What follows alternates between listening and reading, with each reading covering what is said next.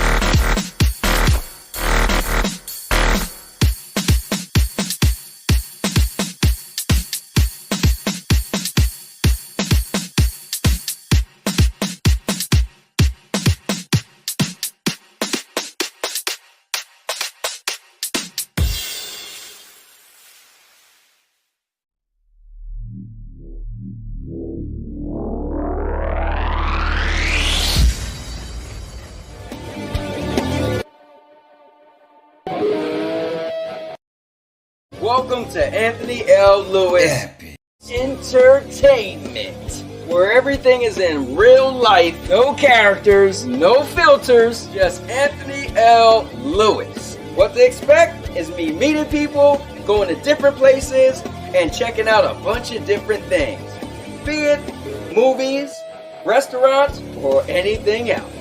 Oh, and one of my favorite hobbies are video games, so I guess we'll be doing some of that too. Well, I'll see you all in the next video, and I hope you guys like, comment, and subscribe, and share this to some more people so they could get in on this Anthony L. Lewis Entertainment.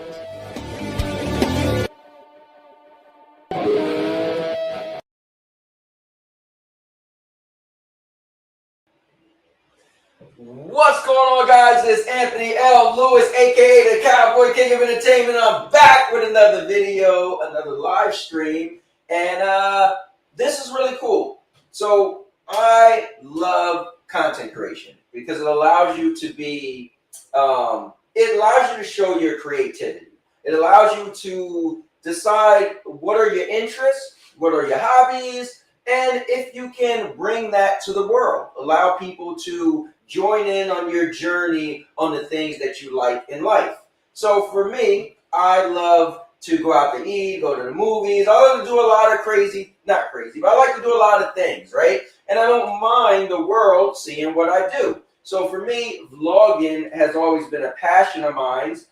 Even before I knew the term vlogging, I used to just like to record stuff and my kids could see it. And then it turned into more, and then my journey ended up leading me down the road to content creation and like doing podcasts and shows and all this stuff. So I thought it would be cool if we got together and and we did many of these in the past. You guys remember Red Giraffe, but did one of these content creation streams where we just get together, throw out ideas, give advice, answer questions, and you know, whether you're a small channel or a large channel, we kind of get together and see if we can learn some stuff together, or maybe we can help somebody get started on content creation.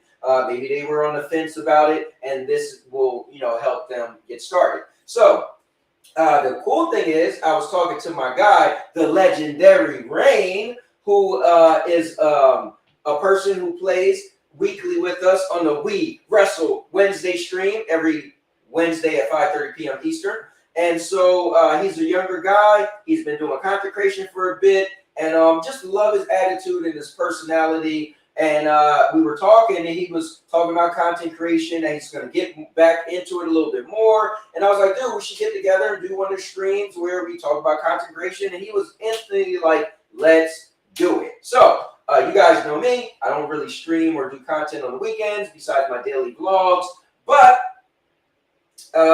this worked for him. And because of him, now I'm going to have to take my wife to dinner tonight because she was like, listen, Rain, if he's going to get on and do content, then he got to take me to dinner. So, you know, Rain's a good guy. And, hey, I love to eat myself. And so we're going to go to Texas Roadhouse tonight. So that's going to be cool. So with that being said, I want to introduce you guys to the legendary Rain. And I also want to say, don't be shy. I'm going to throw the link out. You could click on the link, come right in, and, you know, let's talk about anything content creation. You guys could bring up topics. You guys could bring up questions. We're going to just have a good time and get on into it. So with that being said, I hope you grab a chair. I'm going to grab a chair. Wait. Let me back up a little bit. Speaking of myself, if you're new, I'm Anthony L. Lewis, but I do have this cowboy hat on. So I tried to get away from the cowboy persona or cowboy gimmick or the cowboy character that I created some years ago. Unfortunately, it's like wrestling, right? You create something and people are going to remember it. It's out there on the internet. So people still call me cowboy, which I don't have a problem with. So I got to the point where if you can't beat them, join them. So at the end of the day, yes, I use my real name, Anthony L. Lewis. I vlog all the time, so you see my actual real life, my house, where I live at, everything. But at the same time, I guess I'm still the Cowboy King of Entertainment. So if you come to this channel, I do daily vlogs. There will be one vlog every day, be it anything. My life is on here. So if I buy something, you may see me trying it. If I go to the movies, you'll see me saying what my thoughts was on the movie, if I go out to eat, go swim in the pool, it's all on here. That's Anthony L. Lewis Epic Entertainment. And every Tuesdays at 7 p.m. Eastern, I do a podcast, so definitely jump on. You guys can be a part of it. The podcast really doesn't have any specific elements to it. It's just me getting together with you epic people, and we see where it goes from there. So my passion, I like gaming as well. I like wrestling. So we can talk about a lot of stuff. What I don't care too much about is the console wars. So, we could have good intellectual, logical discussions about gaming, but I don't really want the whole Xbox suck because PlayStation is better. So if you come through on Tuesdays, which I know a lot of people remember, I had a lot of that on the channel. I'm kind of trying to get away from that. So if you want to come on Tuesdays, we can still talk gaming, but I just don't want to make it be where I'm not enjoying it because I don't enjoy the console wars. So with that being said, on Wednesdays at 5:30 p.m. Eastern, we do the We Wrestle Wednesdays Wrestling League, and we play the WWE 2K 2024, and we'll be migrating into the 2025 when that comes out. And we just get together. Every match is for a title or a number of contendership to get a title. And once we've defended all the titles, then the night ends. And so it could go from 5 hours to 12 hours. It just depends on how long we're playing. So if you guys are interested in that, we want to tune in. That's on Wednesdays. And other than that, those are 2 times I go live, unless like a new game come out and I just want to do my first impression videos. So with that being said, now I'm going to grab a chair, and I hope you guys grab a chair, and we're going to get into it. And now your mama knows. All right, so still got to do the video on this chair that I put together. But with that being said, let me go over the comments before I pull in rain. My guy Michael Pennon is in the building. What's going on, Michael? I call you cowboy. My man Rain celebrates 6 months of being a channel member. And yes, guys, there is also a channel membership. It's $2.99. And when I make content, my vlogs, I just like to make a bunch of them, and I put them for the channel members first. So sometimes I might have 6 vlogs available. You guys get to see them first, and then I just put them one by one out each day for everybody else. So it's cool being a channel member, and we got emojis and some other stuff like that as well. But it's something that YouTube allows you to do, and I'm weird about money. I don't like to ask people for money, but I am a content creator, and it goes with territory. So if you guys, want to be a part of it, it's not like you don't get anything for it. So it is, perks involved, but I appreciate it. And so I thank Rain for that coming up. So I can mention as well, because I rarely ever mention that I have a membership, but I should mention it. FCAT said, here's an idea, do a gaming podcast. I got an idea for you, FCAT. Do a gaming podcast. Maybe you want to jump on here too on the panel, man, and talk some content creation. I think you would have a good podcast.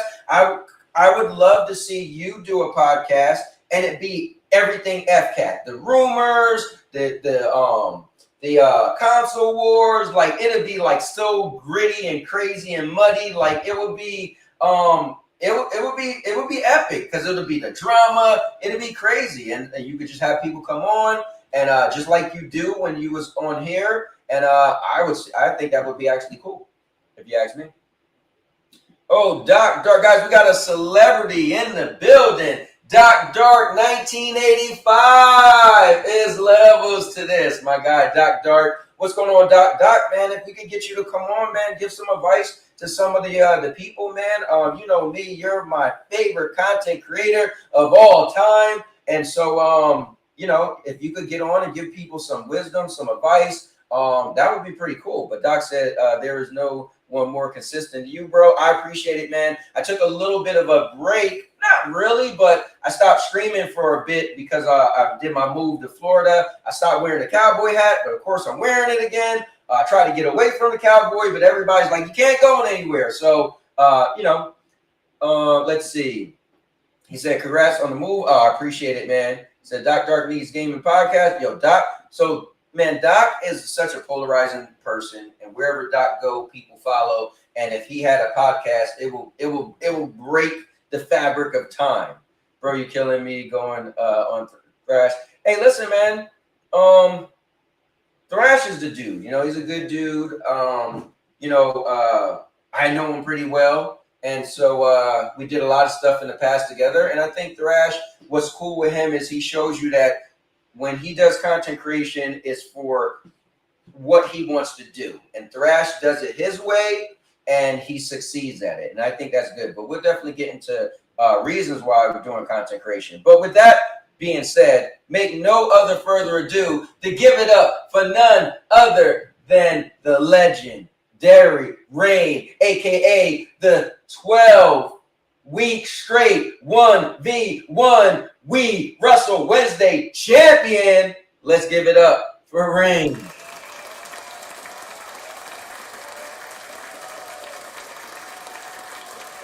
Let's go. Yo, what's up, everyone? What's going on, Rain? Not much. Look, man, I want to thank you. I know it's an hour back your time, so 12 my time, 11 your time. Yeah. But yeah, this is cool. This was something I wanted to do, but because of you, we're here. So I want to thank you for that. Yeah, you gotta take your wife out to dinner now.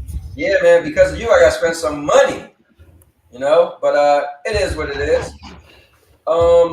Let me do this. I am going to, guys, so this is cool that me and Rain is wearing, but we're opening it up for everybody as well.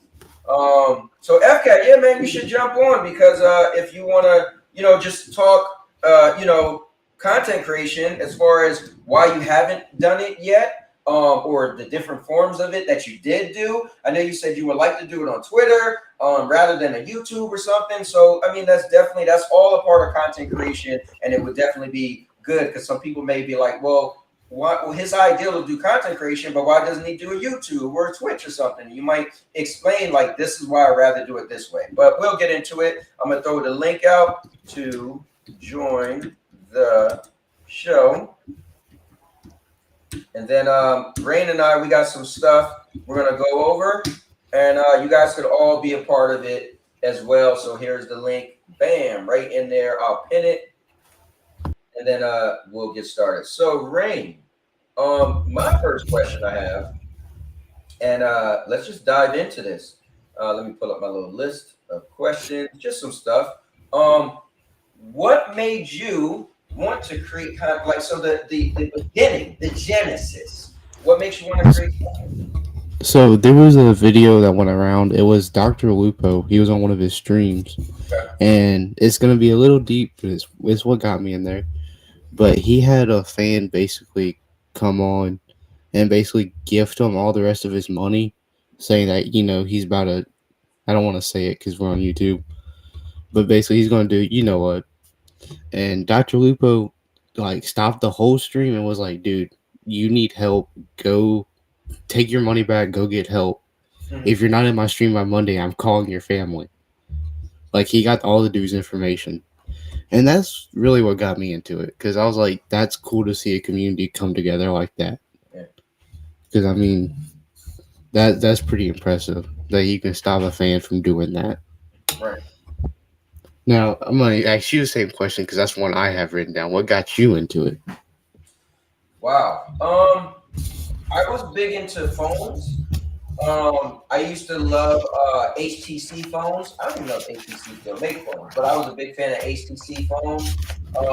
And I loved when they kept making phones bigger and bigger, bigger screens. And I would follow whatever HTC did. So then HTC, they made 3D phones, right? The HTC Evo was a phone that could record in 3D. And I was like, oh, that was cool. So I would record phone, you know, videos in 3D. So then I was like, YouTube was just getting started, I guess. And I was like, oh, let me make a YouTube channel. It's weird, not in the sense of what we do now. It was just like, oh, I want to show my friends the videos I made in 3D. And so on YouTube, if you look, my first few videos are 3D videos, and they're like side by. So it looked like I two screens because that's the way 3D is supposed to be. But I guess YouTube didn't have 3D back then, right? So I just recorded to make a 3D. I just wanted to use my phone, show like, oh wow. And so I recorded, I think my nephew laying on the couch, just something like that. And then I would just record stuff in 3D, just my family, right? And then one of my earlier videos, I thought it was funny. It was that movie called, I want to say it's called Cop Out or something. I have Bruce Willis, and I recorded this big scene with this little kid cursing them out. So it was hilarious to me. I just was like, oh, you could just put things on YouTube that you find funny or whatever, right? And then it was just a progression. It just went from literally I just recorded a video on my phone because it's 3D, recorded something funny, and then I kept recording stuff with my kids. And then I had this little series called Who That at the time it's called Who the F Falls Asleep Like That. Who the hell falls asleep like that? And I would just record, like, let's say you fell asleep in some funny position, I would record you and just put it on there and just laugh at my kids. And that was it, really. And it started off with just me recording my kids, and then it was like, well, if I'm recording them sleeping funny, why not record them doing something? And then I would record pranks. Like I went in the shower one time, my daughter was like, I leaned my hand over the wall and just poured cold water on her while she was in the shower, like just silly stuff. And it started from just vlogging. And I didn't even know, like back then, there was no term vlogging. You just recorded, you know. And so that's what I was doing. And then because I like video games, I to get a long story short, I started working for some dude doing I was a host for a video game show, and me and him had a fallout. And a buddy of mine said, "Why don't you do streaming?" And I was like, "I know I doing streaming. That's little kids do streaming. Like I'm not playing video games. You know, people watching me." So he was like, "Dude, it'd be like your own show." And I was like, "Okay, what do I got to do?" And I looked it up, and I was like, "Okay, I'll buy a PlayStation camera." I think at the time it was PlayStation 4. I bought a camera and I started streaming on Twitch, not even YouTube. And every Wednesday we would stream free to play games so people could play with us. And I thought it would be cool. What if we get people, like say community, just get random people play with us. So we would just play and I was big into battle royales because they was all free back then, pretty much. So it was just playing all these different battle royales. And then it turned into, I already had reviews I was doing, I bought I bought a treadmill. So I made a review on YouTube. And so YouTube, I never went live. And then I was like, well, I already got this content on YouTube with my family and stuff. What would happen if I streamed live on YouTube? Because at the time, people was talking about Twitch was better. And then people was like, oh, I like YouTube. And I was like, I'm going to stream one thing on YouTube and just see what happens. And I streamed on YouTube, and it was Mr. Urban World. It was guy Bruce that ended up making my music. Some people showed up, and they was like, hey, Bruce was like, I don't really play video games, but I see your treadmill video. I was like, oh, cool. And I was like, oh, wow. So if I stream on YouTube, people are going to find me for my other videos. I was like, maybe I should do that. So then I was testing the water, streaming on YouTube and Twitch. And I was like, oh, and I met Mr. Urban World. And then it was just I saw oh, YouTube is more than just vlogging. You could get creative. And then I would do a video with my robe on and I realized oh, I could be creative. And next thing you know, the cowboy hat. And so that's so why did I get it started? It was just a way for me to show my creative side, right? A way for me to be able to, I'm walking around the house, I don't have no fear. I'll go out outside right now and just talk to anybody, right? And, I realized not many people would do stuff like that. So it was why not do that where it could be a form of entertainment? Because people may want to see me doing something crazy that a lot of people won't do. So sorry for the long answer, but that's kind of how I got started. No, long answers are good. Yeah, that was my reason for getting into this. And if any of you guys do content too, what makes you want to create content? FCAT, I would love you to answer that, man. I would love. I mean, I know you did your interview on Purple Haze thing not that long ago, but if you want to, just say what makes you want to create content, and Doc is still here as well. Let me see. He said he gets crazy. His podcast gets crazy. Might do it today. Twitter add in TikToks. Yeah, they're adding some type of TikToks thing. Here's the link to join if you guys want. Let me see. There's content creators get their audience to mass report people too. Oh wow, I didn't think about that. Yeah, but that's a one in a dozen thing though. There's not a lot to do that. Wait, what does that mean though? They So, say someone says something they don't like, they'll get their fans to go and report their channel for harassment or whatever, and basically just get them banned if they don't like them. Oh wow! Now, luckily, there's appeal systems and all that, because I feel like if that happened to me, I mean, again, I heard bad things where YouTube don't really help you that much, but I would love to, not love to, but if that happened, I would like to say, well, look, show me where, right? You're gonna ban me, prove that I should be banned, right? Somebody said I said something, did something, then I want to see it. Yeah, and then you'll have a YouTube clip too of the other person's stream of Oh, where that they is, said, yeah, that is true. Yeah, you should be able to say they should be able to prove I did something. yeah. Um, let me see. Also, let me see what I got on here is let me ask you this. Let's jump right into. Oh wait, Doc. Let me read Doc's thing. Let me see. Doc said, I felt no one around me liked video games, so I just started uploading videos and built a small community. Then I learned about the console wars, and boom. No, you know what's crazy? Doc, I heard your story before, and I think it was great. And you were like, "Yeah, nobody was wanting to talk about video games, so I just got online so I could talk to people about video games." And you know, what's cool thing is, Doc, is I got to meet you in real life, you know, and it was cool, man. Went on vacation, went to the state you used to live in, and I said, dude, I'm here. Let's meet up. We met up, and you're such a genuine person. What I love is your ability. So in movies, they have a thing called what is the term called for disbelief? Suspense of disbelief, right? And that's pretty much making you believe something that isn't, or the illusion, right? Movie magic. So what I love with Doc is such a nice person. But when Doc goes on the camera, you're sometimes you're like, hey, wait, is he serious? Like these emotions, Doc would make you want to cry, fight, break something, and it's great. But what I like is it's the YouTube, Twitter, Twitch, whatever these outlets that allow you to create content. It allows you to do the kind of content you want to do, right? So like I know FCAT is messing with me, like, oh, you need to do this, but no, I don't want to do console wars anymore. I'm kind of out of it. Doc is killing it, right? At one point in time, me and Doc was going back and forth. We done made so many videos of each other, laughing at each other, clowning each other. But I pretty much threw my proverbial hat, out of the console wars because I can't keep doing it as long as Doc could do it, right? I haven't. I didn't want to tap into it, and because once I do, I know I gotta wear that. So once I do it, my channel pretty much got to be console wars. If I do it right, like Doc, right? And so for me, the problem is I do so much other stuff, right? So if I'm like, oh, my granddaughter came to visit and I make a video, or my dog, or I went to the movies, then it's like I love consistency and I have to be consistent. So if I get big from console wars, then the audience is going to be like, whoa, whoa, whoa, whoa, whoa. I don't want to see you and your granddaughter and you going to the zoo. And that was part of my problem too in the past, where I did so much stuff. So now just doing Anthony L. Lewis, it's just me, right? It's not the name of a channel. It's not the Now Your Mama Knows. It's not the Cowboy King of Entertainment. It's just me, and so I could be able to have that leverage of like just mainly vlogging, and then the little stuff I could sprinkle in there. And I think YouTube likes that more because YouTube wants you to be more consistent and direct. Like Doc is doing it right. He's console warring and his channel is console warring, right? So like you, Rain, when you thought of doing content, what was like your vision when you seen that video of that guy, right? And you said, okay, it inspired you. Then what was your next thoughts? Like, I want to do what, right? You said, okay, I love what he did. And then you thought, I want to do this too. But what did you want to do?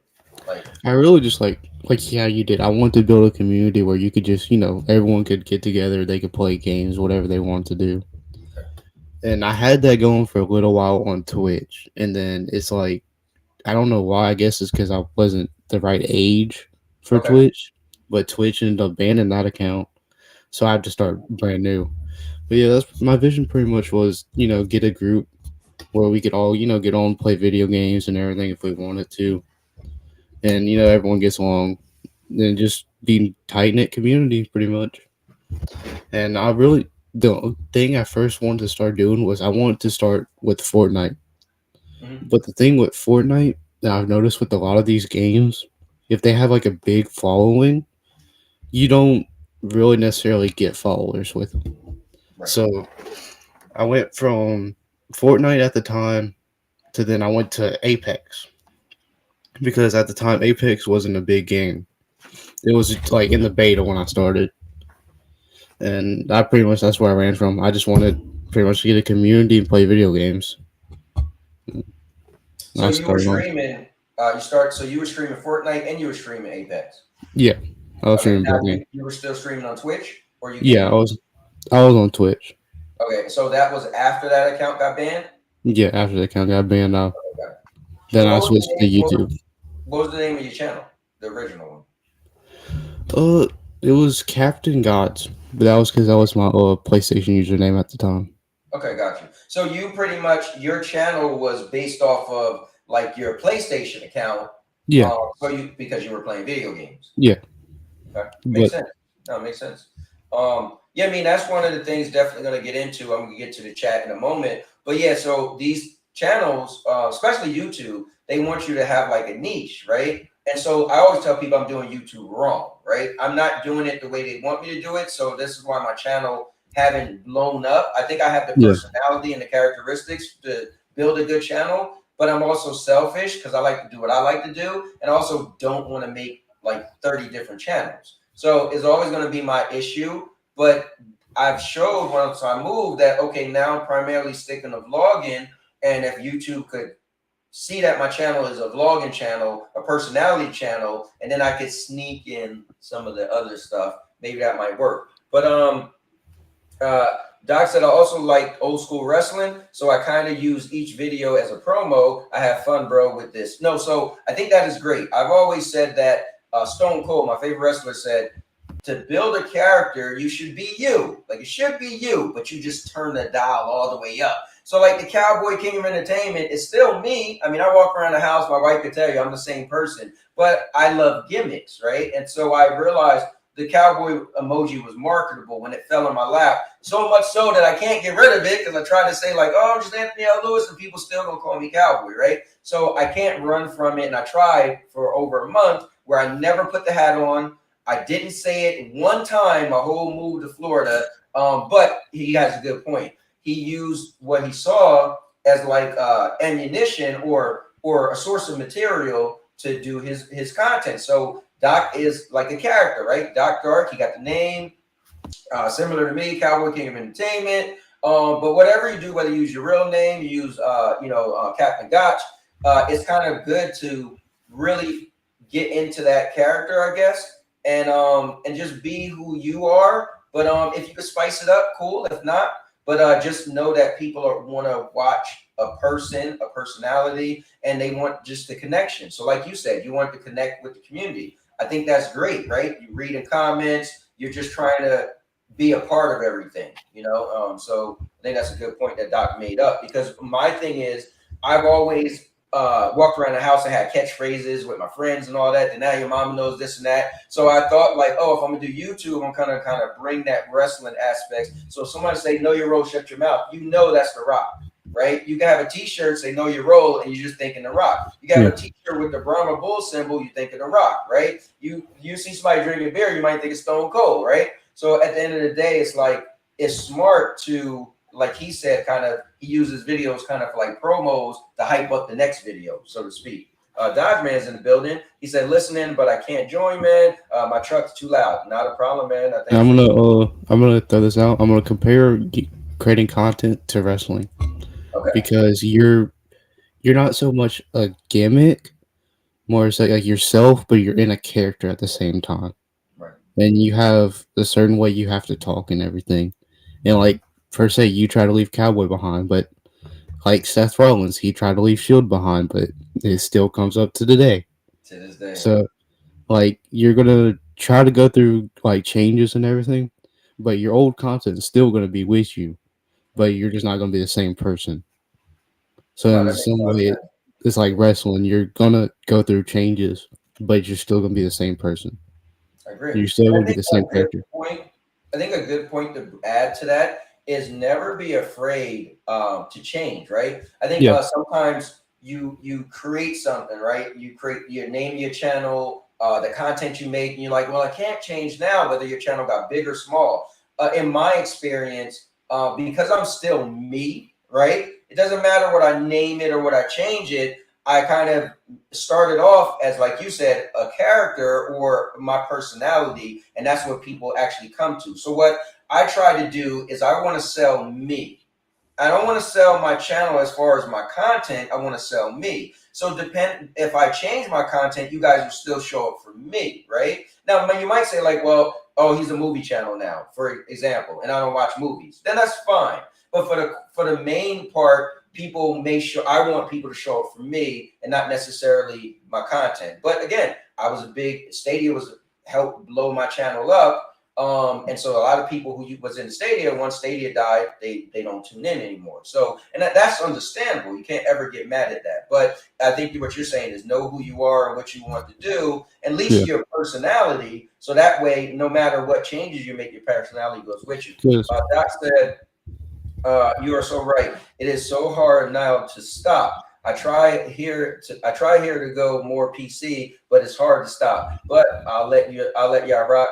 These are always interesting. Thanks, Doc, for popping in. I appreciate it. And what Doc is saying is, so he was a big Xbox guy, and then he decided, okay, let me get into PC gaming because PCs are powerful and everything. But now it's hard because people still tune in. It's like, no, I don't care. You're going to be an Xbox guy. Like I even do that to Cubini. When I met Cubini, he was big on Xbox, and then he's like, I'm a PC guy. I'm like, bro, I met you and you were so PC or so Xbox.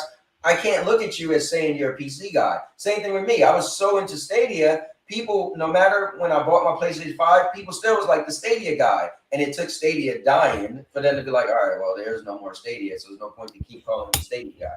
But okay.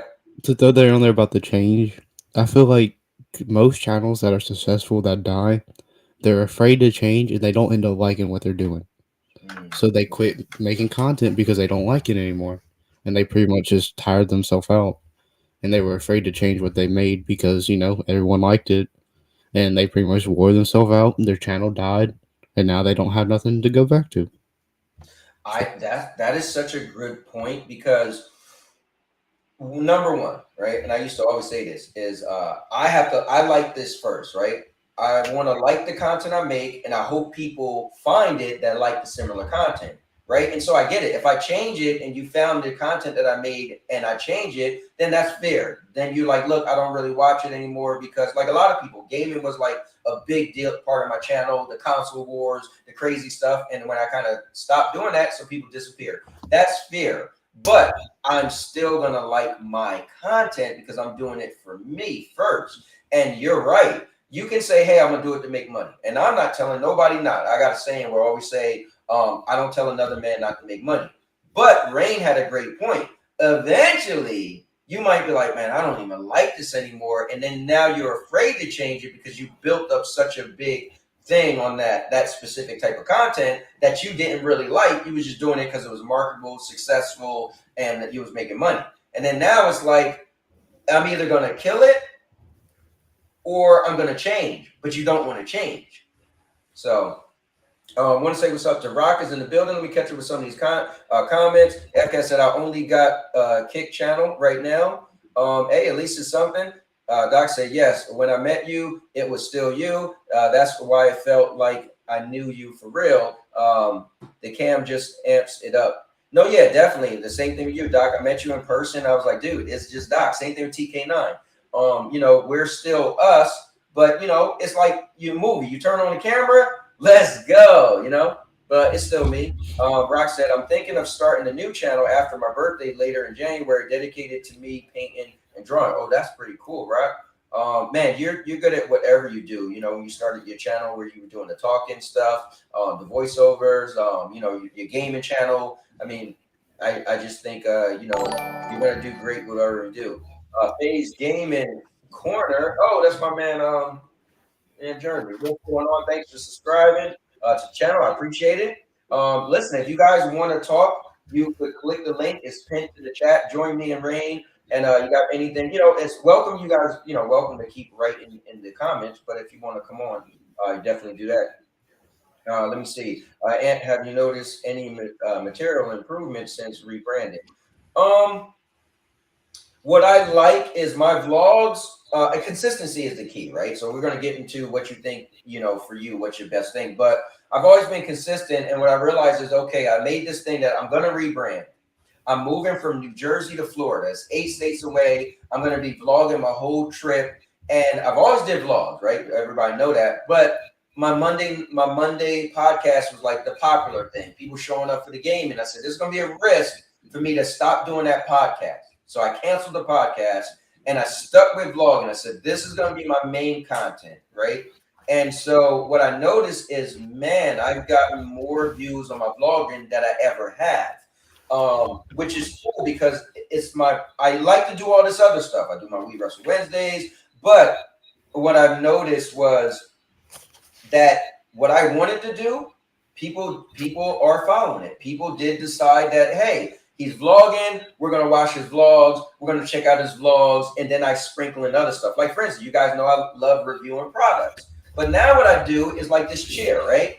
I built this chair, put it together. I recorded it, didn't make a review yet. But instead of it just being the review, I'm going to put it out as a vlog because I always call my stuff real reviews. Well, it's a real person just buying it for whatever purposes and putting it together, right? And then I'm just going to say whether I like it or not. So to answer your question, it's been really good for me.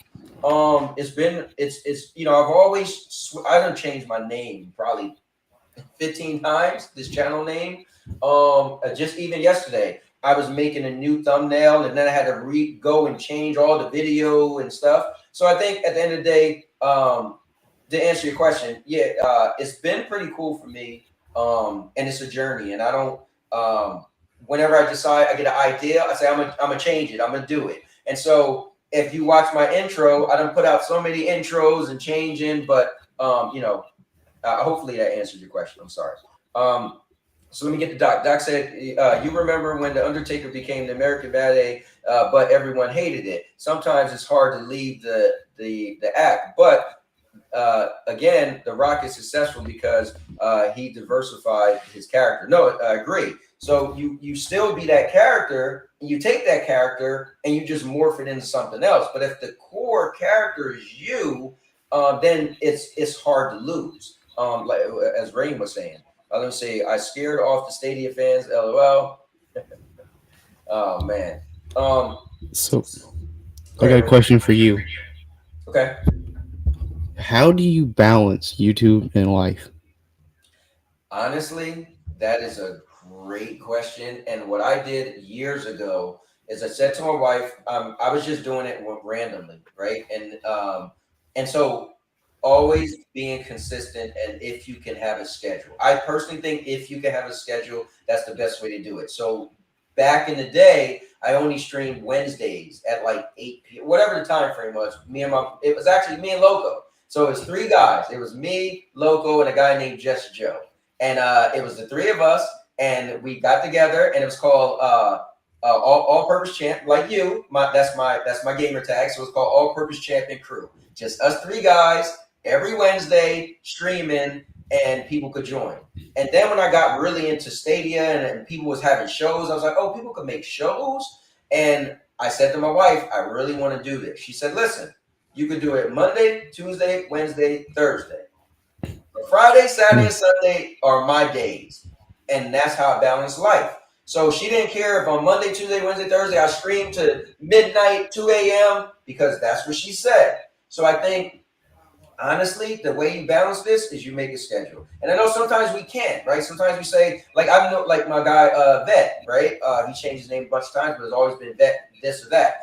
He's always said, look, I have no schedule. The way my life is, I just go live. So his audience understand. That's going to just pop up live and let's go watch it. Me personally, that's the balance for me. Now vlogging is cool. Vlogging, you just make a video and you just put it out and then people see it. So my thing is I make one video a day or I post a video a day, right? But yeah, that's how I balance it. A schedule, if you're going live, that, because again, you might have work and when you got to work. So you got to work around, you put your real life first and you work around that. Yeah.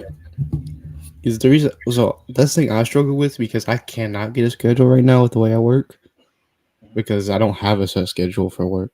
Right. They do another one every week, so I have to pretty much work around that, and half the time you can't because you don't know what you do, what you can do. So for me, my advice to you would be do kind of like what I said Vet do. Just let your audience know, like maybe you say, hey, I'm going to do a 2-hour show. Like how many days you work a week? 4 to 5.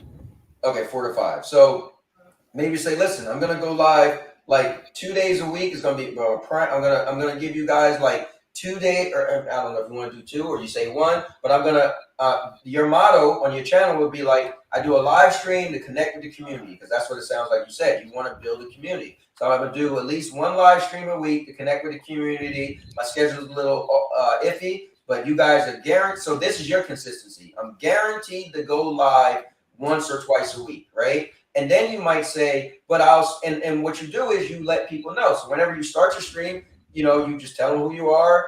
Because I always look at it like, I always do like an intro again.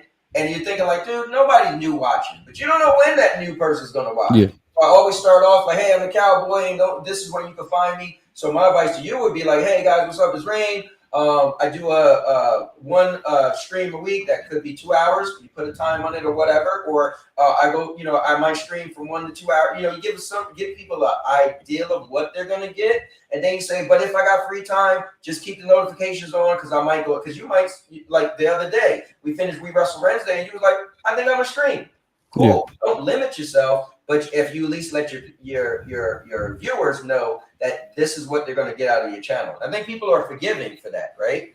When they because you gave them a heads up, then you can build with that. But so it's not necessarily that you don't have a strict schedule that is not going to work, but it will work. You just have to. People just like to know what they're getting into, right? If I'm watching Monday Night Raw and it's every Monday at 8 p.m., now I know. But if they like, hey, listen. This, because that happens. The baseball game's going to be on at 8, so we're going to change the time. As long as people get like, okay, I get that. He's going to do a main stream, and remember, like even when we get off of this, you'll see the next day. Like Murder always say, like, dude, the next day the We Wrestle Wednesday have more views, because there's people who watch from the UK, like Rockers from the UK, and they're like 5 and Holtz, right, 5 hours ahead. So they sometimes watch the next day while we're sleeping. They're watching, and you're like, oh, so the cool thing is, don't always feel like when I'm streaming, this is the only people going to watch, and only one person watched the whole stream. Well, you just got to let people know when they can find you, how they can find you. This is what they expect, and people are amazing. They'll get behind you, as long as you let them know. Let's see. So let me ask you this: do you want to make money doing this, or is it just a hobby? Honestly, it would be nice to make money, but it's not my big priority. Honestly, I just like doing it. It's just fun to do. It gives me something to do whenever I'm bored, and I like it. I mean, money's not really always been a big priority to me. Mm-hmm. Like, I buy stuff for my friends. I'm like, you don't have to give me the money back if you don't want to. If you're gonna give me the money back, I won't say no. But if you don't have it, I don't care. So, money's not always been a big priority to me. So honestly, I just like doing it. It's pretty much a hobby to me at this point. But I mean, if I could make money, I'd say I'd like to. Right. But like you with We Wrestle Wednesdays, you don't always make money on it because we get you demonetized. Yeah. But I mean, you do it for you. You do it because it's fun. You do it because you like it, and that's the reason I do YouTube. It's fun. I like it, and you can connect. Yeah.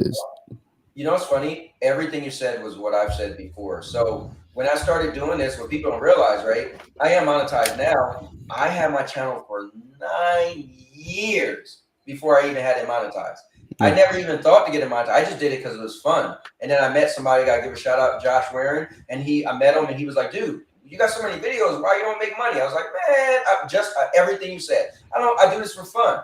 Yeah, I don't care to make money. So then he's challenged me, dude, try to get monetized in a year. So I did it in about a year and 2 months, right? So then I was able to make money. I said, look, I don't care if I make money, but I won't say it would be nice, right? Just like you. So if I make money, cool, but I'm doing this because it's fun. Because the day I do it just for money, then I'm going to, like you said, I'm going to get burned out, because I'm going to think of all the stuff that makes money. And trust me, there's a pattern to make. This channel could be way more successful, because my popular videos are my reviews, right? 111,000. It keeps growing every month. My review of the Ethernet cable, my treadmill review. Those, I got companies that always ask me to review stuff, but I want to do what I want to do, and I don't want this to be. I don't want to be the review guy, right? So yeah, it would be nice to make more money, but I just don't want to everything you said. I'm like you. I don't want to do it for the money because it's going to change who I am. Because I'm going to have to follow certain rules and things for the money. Now, if this is my only job, then that would be different. But you and I, we got different jobs, and even Yeah. me, the job I have now, I don't make as much. Like I took a pay cut to work where I work now because I was moving. I wanted to move to Florida, so I knew I just needed a job to work from home so I could be able to move from Jersey to Florida. So I could be like, oh, I need to make the extra money, but no, man, I gotta enjoy it. And if I did this for the money, it wouldn't be what it wouldn't. I couldn't come on here and do all the stuff I want to do. It would have to be just done a certain way, you know. Yeah. And if I did make money, I'd be honest, every one of it is probably going to go back into the YouTube. Right. Just, getting better equipment, getting more stuff for the videos. Because the videos I'm getting into now that I'm about to start making, actually, I'm probably going to start after the stream, but it's going to be costing like hundreds of dollars just to make them. Because you got to go and buy a whole bunch of stuff for it. And I already spent like $30 yesterday ordering stuff. Okay. And then that's not even what all I need for the video either.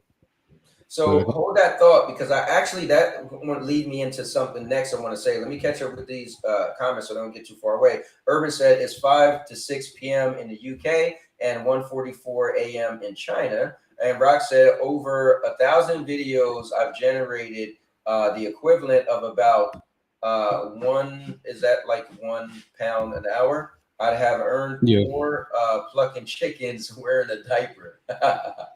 Doc said, I didn't start wanting to make money, but it is nice to get paid for talking about video games. Why not? No, that is true. Let me see. Your treadmill video did well with affiliate links. That is true. That treadmill video, man, people was buying that thing like crazy, and they would write in the comments, they're sold out. Do you know when they're getting more? I'm like, well, I don't work for the company, but that did a good job on that. No matter your race, gender, etc., it's enough money for everyone online. I got my boy D Sigs $30,000 plus his black man angry at KFC video. He still thanks me to this day. That is true. I did see that guy, and he did say in his video that it was Mr. Urban World's idea. And I don't even do videos. Let me see. Facts. My highest viewed video is a headset review. I could easily go to Best Buy and buy every tech, review it, and return it. But that doesn't sound fun. No, exactly. That's he kicked the nail on the head. Let me see. I wouldn't worry about buying a decent kit. Ant didn't, LOL. No, so I actually wanted to get into that. So that's where I wanted to go next. So one of the things I have is I always like to say, just start. And what that means is I meet people over this whole journey, and people say like, I want to get I want to get this microphone that's really good. I want to get the lights and everything, and they always put it off, right? They say I will once I get all this stuff. And what I like to say is, you can't put a dollar on experience, right? Yeah. Repetition. So why people are waiting? Like, let's say you said, oh, it's gonna cost me like $238. You got it mapped out. This microphone, lights. I don't know, light in the background, whatever. Just saying, right?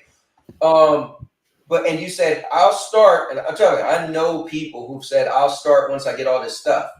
But what they don't realize is all that stuff isn't gonna make you. All that stuff isn't gonna make people come for you. What that stuff is gonna do is make the videos and everything nicer. But while you're waiting to save the money and all this, the repetition of people knowing who you are. Like here's the thing. Imagine people start watching you. They're like, yo, I like this Rain dude, right? I'm going to keep watching. And over time, you end up getting all this stuff. One, they're going to be like, oh, I was with him when he had nothing. I was with him when he grew. And then two, they're going to be like, dude, his content is like, wow, it's so cool. Like all this lights and stuff he got now. It's like Mr. Beast. When they show the videos he used to do in the past, you're like, what? That was Mr. Beast? Like the counting videos he did. And he said like those videos were trash, but he was making those videos and that grew him to what he is today, right? He didn't say like, I'm going to have all this stuff and then become Mr. Beast. Like, no, you start in the trenches. You start with nothing and you just gain that audience and that following and you build up to it. That's I think is a crucial advice, because here's the discouraging thing. People think the big camera and the big lights and stuff is going to make everything great. And hey, listen, It would be cool to have this really cool camera, all this good stuff. But then what gets discouraging is they waited and spent all this money and they start off and they got one person watching, two people watching. And then it's like, dude, I spent all this money. But if they started off just with barely nothing, one person watching, two people watching, then it gets to five people watching, and then they add the likes and all that. It's like, dude, I grew and this stuff grew with me. But again, you pay all this money and then like no, because no one's you just don't start YouTube and like all these people are Yeah. watching. Now we're talking about streaming, obviously, right? We're talking about somebody watching you live. Making videos is different. A video could just go viral. Like when I made that Ethernet cable video, I didn't know, or I made that treadmill video. I just like to make a video of things I buy, and then I just make it and put it out there. And the world, YouTube would decide how they push it out there or not. But we're talking about going live, getting a camera and lights and all this and that. Then now you did say for when you make videos. So what were you referring to? Going live or Just making videos, not live. okay, gotcha. So yeah, that's definitely different. So we want to differentiate that because that is just on your own spare time. Yeah. So you might say like, well, when I make my PlayStation versus Xbox video, I want it to be really good and I need this software, blah blah blah. And that's different. Then yeah, you want to wait because you want to put out the best video you can because it's gonna be like a pre-made video, right? If you could be like Doc, though, Doc's has done a video in the kitchen. Doc's done a video in the laundry room, but that's because people are showing up for his personality, so his background doesn't matter. But if he made just a video on a review or something, then it'd be like, okay, I need everything set. Like I have moments like that too, where I think, like for instance, I'm gonna buy a PlayStation 5 Pro at some point, right? So I want to do a video where I show the PlayStation 5 regular. I'm gonna play the same game, right? And I'm gonna do it on my monitor. Then I'll get the PlayStation 5 Pro, do the same game on my monitor, but then I got brand new TVs that technically looks amazing. I think they're better than my monitor.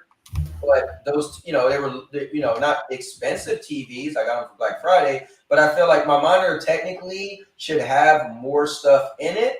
But when I look at my monitor, the TV, I'm like, damn, this looks good. So anyway, so in my mind, it's like, I got to do this, I got to do that. So that's different. That video I'm going to build, I need all this stuff to be able to put the video together. But going live is different.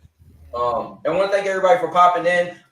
Yeah, I don't really go live on the weekends. But I appreciate you guys coming in. But I thought this was cool. It's an important topic that Rain and I are doing. And you guys are welcome to join. You could click on the link in the comments, and that will pull you right in, and we'll get you on here with us as well. So, which is crazy is I'm trying to go get a new job right now.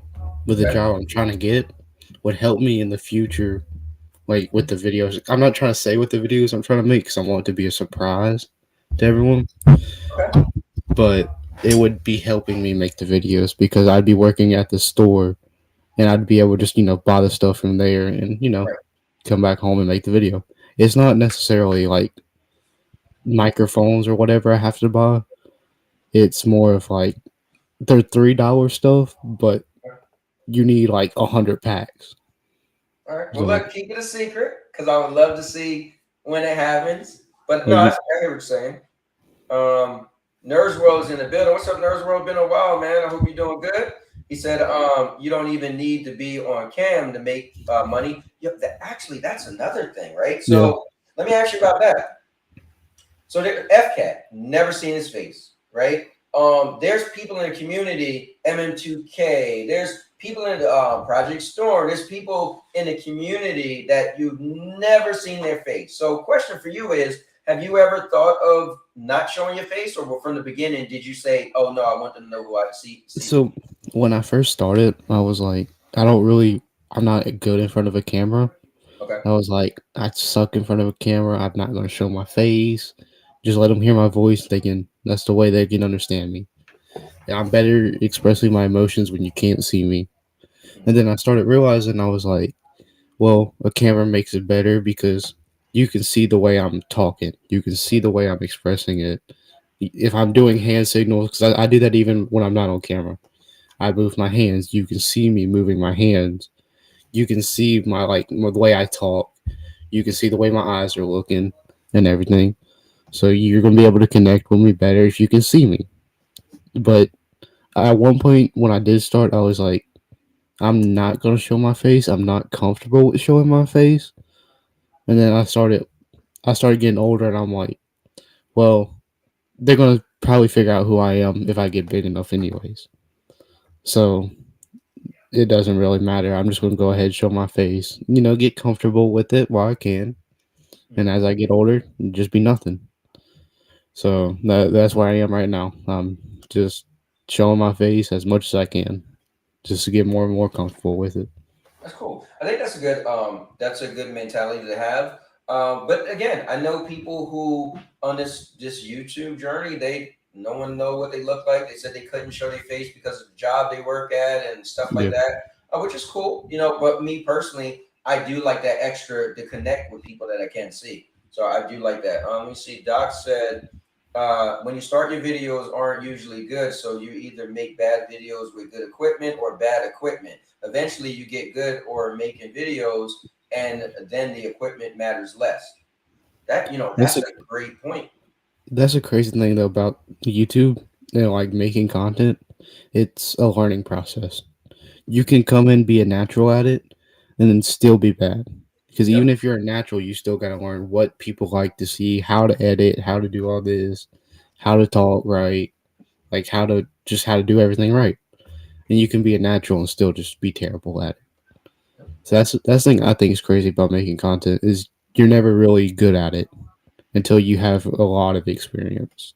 Yeah, and that's my point earlier. It's like I feel like that you can't beat the experience, right? You can't beat like a great microphone can't beat you doing this for 30 times, right? Feeling uncomfortable. Like a great light source isn't gonna beat you being comfortable, being like, okay, like the camera comes on, you're like, let's go, you're ready, right? You're not shy. Because at the end of the day, naturally there's more people walking around that's shy than not, and a lot of people, like you said, you watch that video and it encouraged you to want to do what you're doing. You watch somebody that stood up for something, right? Yeah. And that was really important to you. So when you think of it, just doing what we do, it's cool to have a little bit of that outward personality because you could tell a story of like, I wasn't like this. And that might inspire somebody who wanted to do what you Yeah. do. So I think it's good. And then also I love seeing like it's a guy I know named Squids, right? He put Squids with three Z's. And he's the most mellow, calm dude. Hey man. And dude, that's his thing, right? That's his personality. So I'm not saying everybody got to be all extra and over the top, but I think what's cool is that allowing yourself to be vulnerable, allowing people to see you, people to be able to feel like they can connect with you. I think Yeah. that's my thing is that people can look and see my life through and through because it's vlogging, right? And that's just my thing. So to be authentic to whatever you're supposed to be, like what you want to do, your personality would allow you to give back. Let me see. Doc said, I agree, and it depends on how much you want to put into it. To be honest with you, Cowboy is a natural talk show host. He's got it. If he had the editing, different camera angles, bro, blow up. Yeah, you know what? If you know, I love, like you said, the talk show stuff coming on. Um, and I'm kind of like you though, minimalistic, Doc. Like you're minimalistic. You're able to just do your stuff without the glitz and the glamour and the big stuff. But my setup is going to be a little different now that I'm in Florida, for instance. Back home I had lights and all that, so I haven't put my pictures up yet because in that big box, Doc, I actually bought a whole workout, like the machine, right? So I'm gonna put it together. It's a home gym at some point. So what I do like is working out. So and I'm crazy and zany. You remember I'm doing spin kicks and all that, but I'm gonna have the workout machine right there.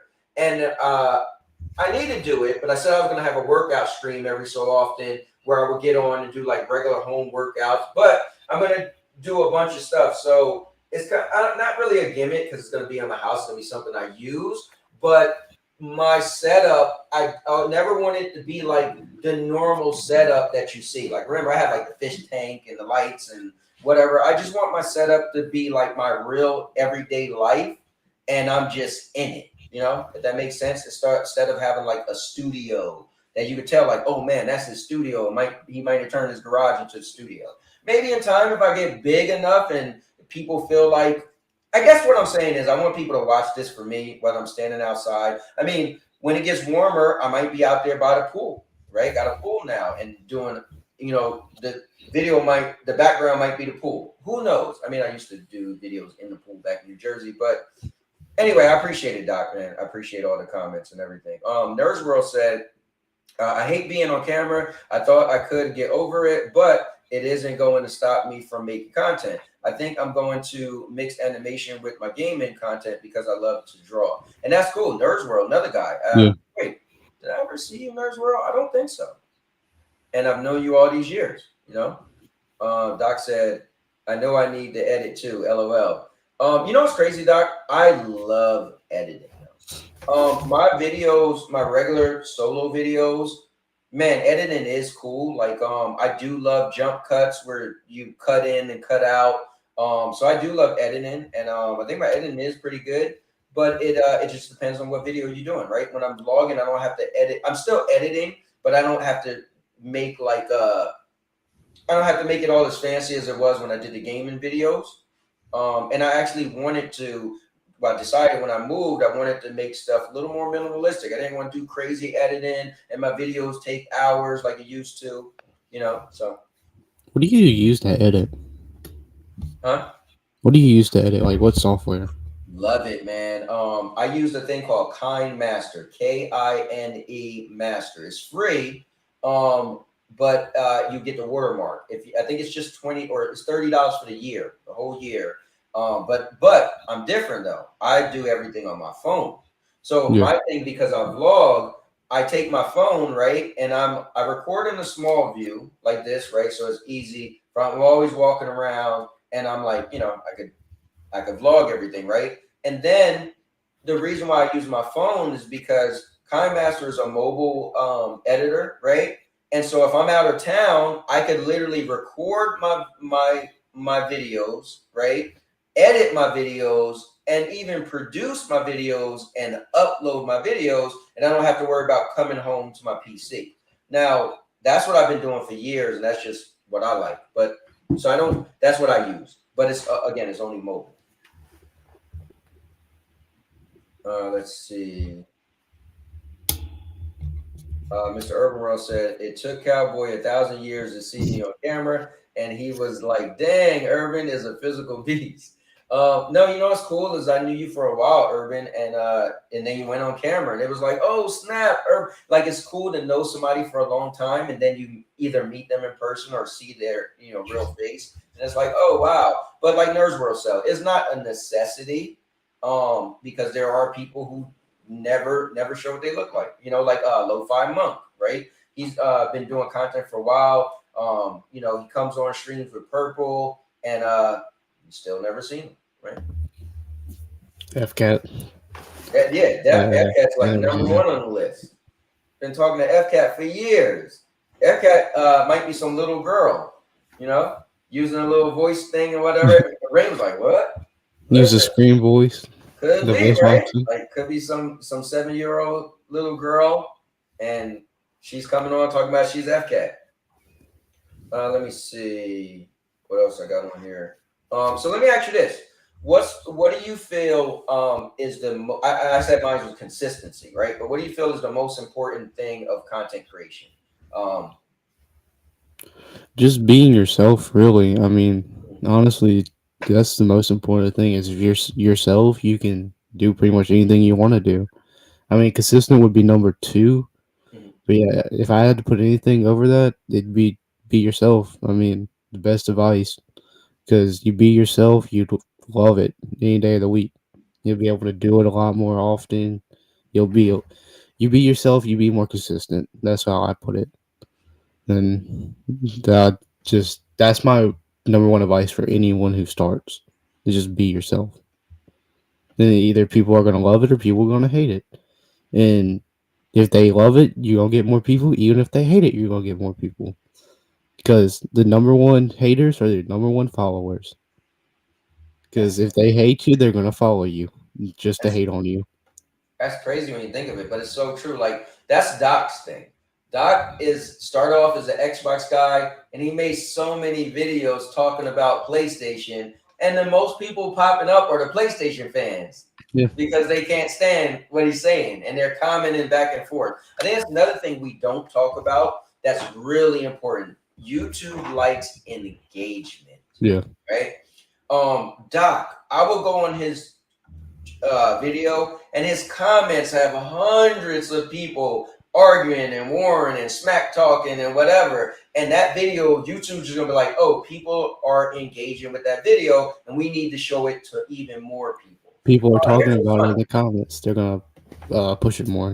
I can't say it, but they're gonna push it basically.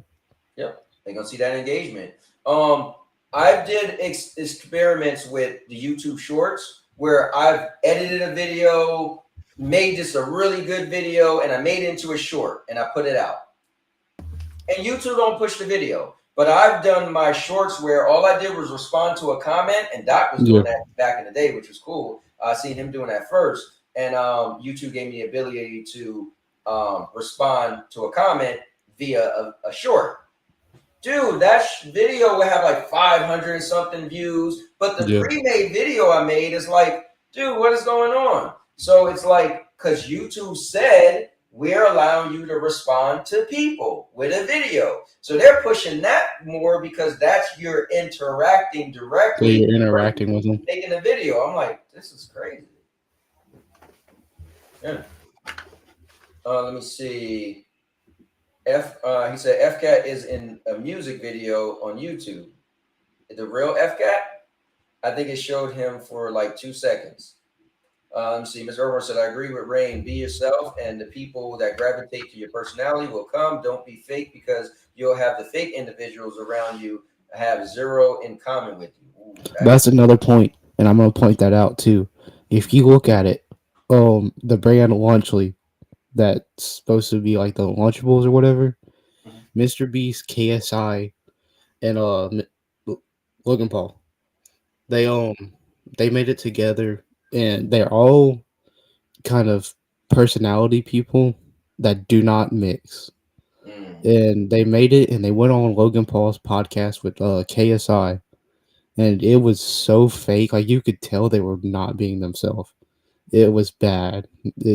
That's why I say, if you, like he said, if you're going to be fake, you're going to have other fake people come to you. You know what's crazy? I think this is a good time to say it, too. That is such a good point. For instance, right? I really, really, really, really don't want to do console war stuff anymore, right? But FCAT got into my channel because I did console wars. Yeah. Now he won't let it go.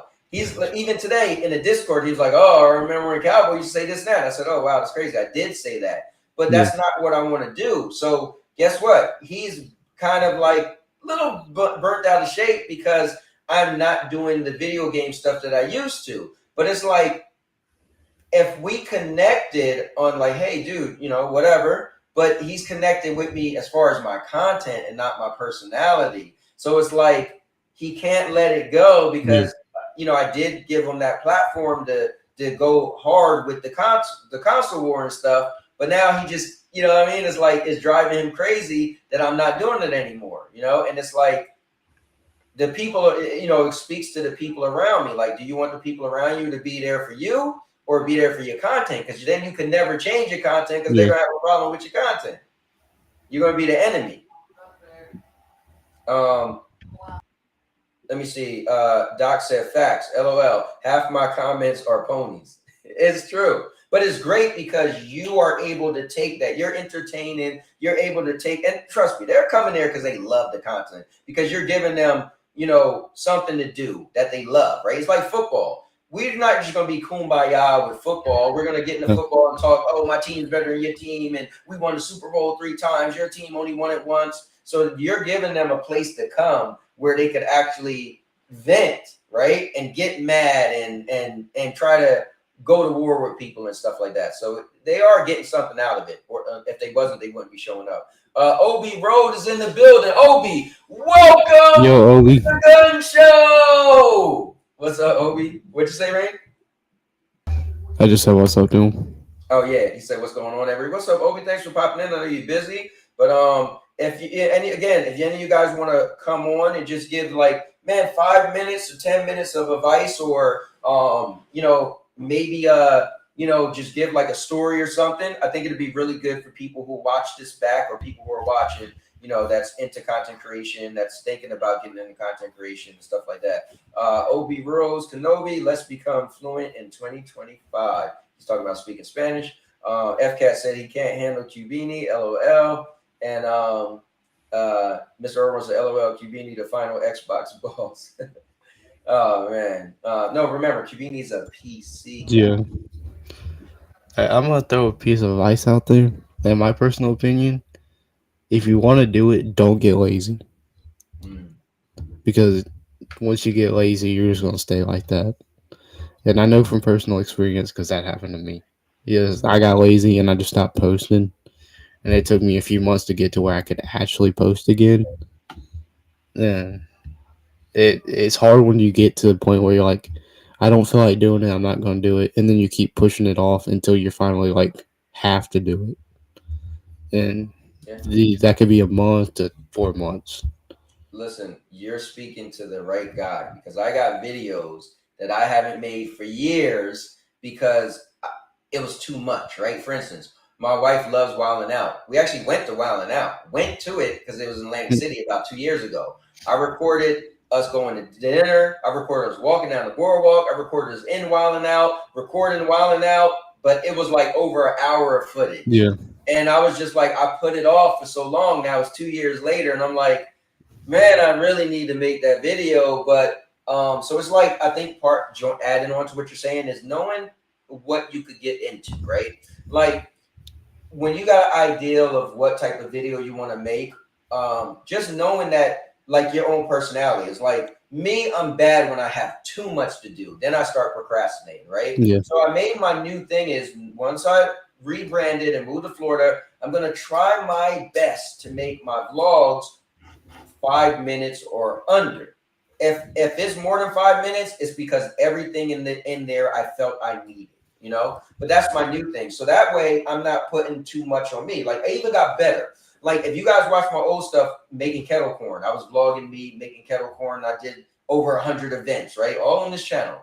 I didn't know any better. So I would record me walking to the car, getting in the car, getting out the car. Like, I didn't realize, like, no, dude, you could just record yourself at the event, or maybe getting up in the beginning. So it's like, again, it goes back to that experience, just doing it, right? Not waiting, because you're going to learn so much by just doing it. And if you aren't afraid to change, like me changing my name, I literally changed the name of this channel again the other day. I just made it simple. All right, it's going to be Anthony L. Lewis with the cowboy emoji. So if somebody come up to me and said, okay, what's the name of your channel, right? I'm going to say, it's Anthony L. Lewis is my real name. They're going to say, well, there's other Anthony L. Lewis. How am I going to find you?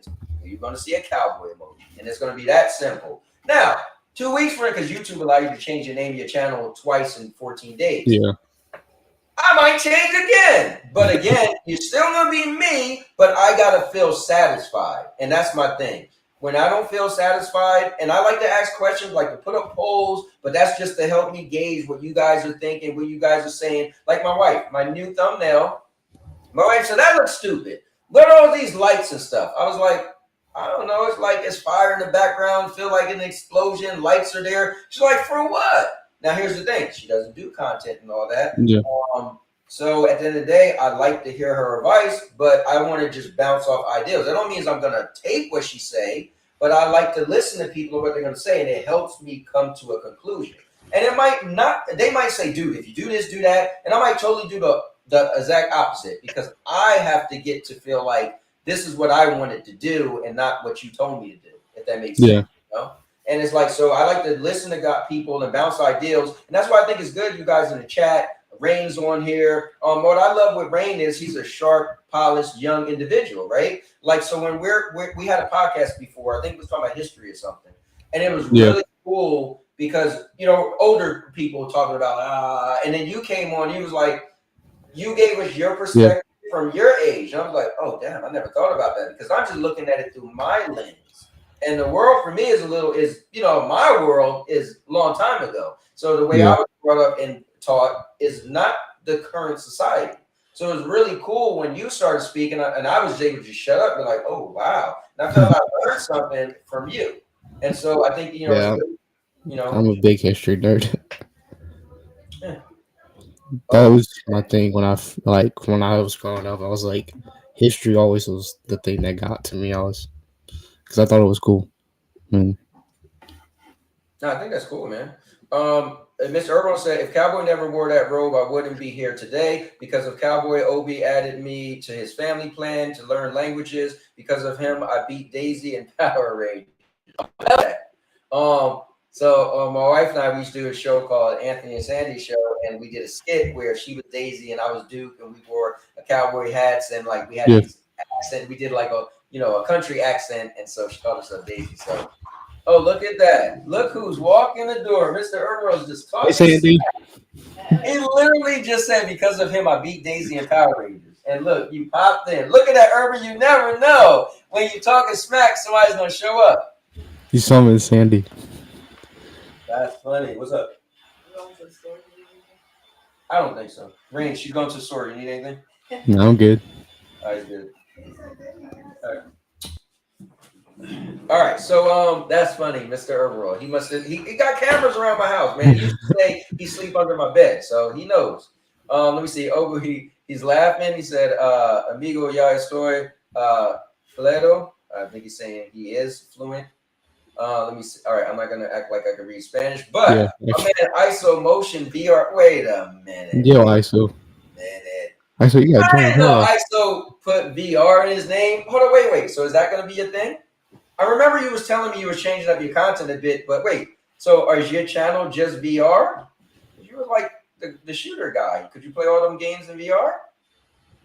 And also, ISO, we're just talking about content creation, man. If you want to jump on just to bounce some ideas, give a story, give some advice, we definitely would appreciate it. The link is pinned, in the comments. All right, let's see. What's good, peeps? ISO said the most casual gamer at his finest, ISO Motion. He said, yeah, but she forgot Rex. Talking about Sandy's guinea pig. Doc said, what's up, Sandy? I got to tell you, say, what's up? He said, yes, sir. Wait a minute. ISO, really? So your channel is VR? This is crazy. I didn't realize that. ISO Motion VR been ISO Motion VR by 2026 will have Anthony L. Lewis and Doc Dart 1985 in VR. That's the goal for me and ISO. Then we're going to body them. LOL. I mean, honestly, that one game, man, Behemoth looks so amazing. That one game is gonna have him in VR. Yeah, I don't know if I'm buying it for that one game, but I mean, I almost feel. Listen, if I got a real cheap deal on the PlayStation VR 2, maybe I'll buy it just to have it. So ISO, here's another thing. So ISO, are you still doing your What a Warrior podcast? Like, does your content? See, this is cool. He's a content creator, and he made the leap, right? He said, "Look, my channel is going to be a VR channel." That's cool. That's interesting. It's like, whoa, we didn't know you for doing VR, but look at that, right?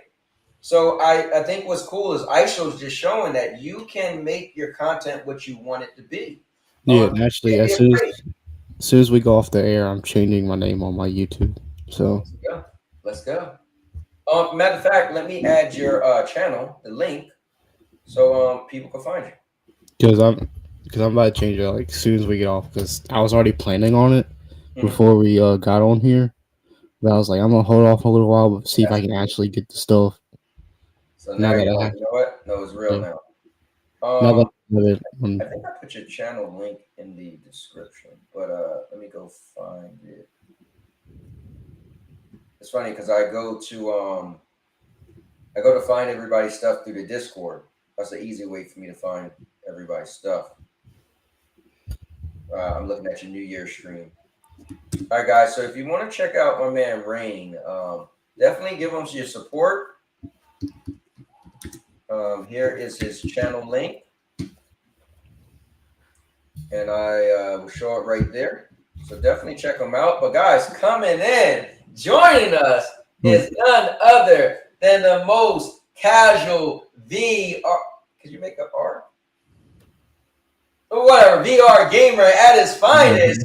ISO motion gaming. Let's get him in here and he can tell us. Well, we'll get him in here and we'll see what he has to say. Let's go. Yeah. Let's go. What up, ISO, man. So here's what's great. You're a guy that I know, I admire. You know, you just dude. I can't say enough good stuff from you. Met you through Doc. You know, good content, good personality, family man, just got married, bought the new house, got a kid on the way, great stuff. But as content creation, I always met you as most casual gamer at his finest. You had some videos shooting real guns. We knew you was in the service. So you definitely was a person that put themselves out there. People got to know you for who you are. But dude, tell me about your journey changing the channel to VR. Like I remember you saying you're going to switch up content, but I didn't realize that's what you was doing. So take us to like the content you had and when you start feeling like, you know what, I want to do something different and actually having that I'm making the plunge. Could you take us through that? Yeah. So to answer Doc's question, no, I don't want my camera. My office is messy right now. So it is what it is. So as far as the content, I mean, I was always like a variety kind of guy. Like I always just did whatever I wanted. But then it's like, you know this, we all know this. If you really want to grow on YouTube, you have to find a specific thing. Like Doc, for example, is the Xbox guy, but now converted into PC. Good job, Doc. I'm so proud of you. So now he's kind of showing his journey, and it's awesome to see. Like it's consistent though. When you see like Doc's channel, you know exactly what you're gonna get, right? So I was looking at my channel. I was like, damn, it's so random. I mean, it's gaming, but it's random. It could be anything. It could be shooters, adventure, you know, JRPGs. I was like, while that's not a bad thing, the growing process is going to be extremely slower, right? And of course, I appreciate the community, people who come by and watch regardless. You guys are freaking awesome. So I was like, you know what? I love VR. I always hype up VR. I always tell people VR is awesome. So I was like, let me try to figure it out. And I think when I first tried to make the plunge a while back, is the issues I was having was I couldn't stream in VR. I was having too many issues. And so I didn't like that. And so, but this time around, it's a lot easier for me because I stream all my VR playthroughs live. And then what I'm doing now is I'll upload a video like every 3 days. So it gives me so much time to edit whatever I want to do, think of an idea for the upload, whatever the case is. But in between that, I'm just streaming. So if you look at my channel, like I streamed a shit ton of VR already. It's been so easy, so much fun. Had a lot of people driving by. Already the transition to just VR content only has already had a like drastic change compared to what I was doing before. You know what's crazy? I think the first time I met you, ISO, you told me how great VR was. So it's crazy to see you now in VR. Oh, nice. For real. Guys, here's his channel. Look at the new channel, ISO Virtual Reality Gaming at its finest. That is dope, man. I like it. Wow. So now, can we still find your older content on here? Oh yeah, of course. Yeah, it's gonna be on there. I'm never gonna push that away. So it's gonna be there. I like what you said. You said oh yeah, look at the bottom. So guys, if you want to see who ISO is, he's definitely on there. He definitely shows his face, but like he said, right now the office is messy. But yeah, this is his channel. The link is in the description as well. Yeah, definitely a good guy. Now what's cool, I love what he said. He said he decided to change it, make his change, and then he decided, okay, with that change, he's going to do things a little bit different. But he said he made a change because it's true. YouTube wants you to be specific. Yeah. They want you to try to find your niche. And when you find it, that's what they want you to do. And that's great, man, because just deciding to change your content to, I mean, that's, dude, going from just regular gaming to saying I'm just VR is big, you know? And it's cool because it's like we said at the top of the show, don't be afraid to make that change. And ISO might do this and be like, you know what? I just want to have a gun-only channel. I don't know. But guess what? He at least tried one thing to the next thing, and he'll you know, he's not limiting himself to when he feels he need to make that move. And honestly, ISO, it might change when the baby comes because you might be the baby diaper channel, you know? So I'm gonna give a little hint to what I'm going towards, but I'm gonna be going from gaming to IRL stream like stuff. Okay. So that's gonna be a different thing for me too. Like Listen, I man. said, I don't know. Like I'm gonna try to take that plunge, but Listen, I think you got this idea, and so here's the cool thing: YouTube don't tell you can't change, right? YouTube say find your niche. So same thing with me. I realized I vlog way more than I did anything else. I was still always vlogging. So it's funny because when I was going to change my name of the channel originally, I wanted to call it Anthony L. Lewis IRL, right? And so it's funny you said that. But then I ended up going with Anthony L. Lewis Entertainment. And then nothing sits well with me, man. It drives me crazy. I feel like I need it perfect. And people kept calling me cowboy. It was driving me crazy. But I get it. It took years of people calling me cowboy that now all of a sudden I'm trying to change, right? So again, this all has to do with finding what you want to do. And ISO's just literally showing us, dude, it's your content, it's your channel, and change it. Make that plunge. That is great, man. That is great, ISO. Wow. I totally didn't realize that your channel was VR. And I know you were talking about it so much in the Discord, and Urban was like, yeah, my man ISO. But I didn't realize that it's ISO Motion VR. I thought you was just doing a lot more VR. It's cool. So I got a question for you, ISO. What's up? Did you hesitate about the change, or did you just go for it? Oh, I just went for it because part of the thing is I do love VR gaming and I've done it a lot. I was just having trouble streaming VR stuff, right? Like it was one of those things where like getting set up to do it was kind of like annoying, but I figured out a way to make it easier. And I figured out what the problem was, where streams were just kind of like, it was too much, right? Because I have a really good computer. I have like a 3080, I have an i7 14700. Like my computer is well than perfect enough to play these VR games.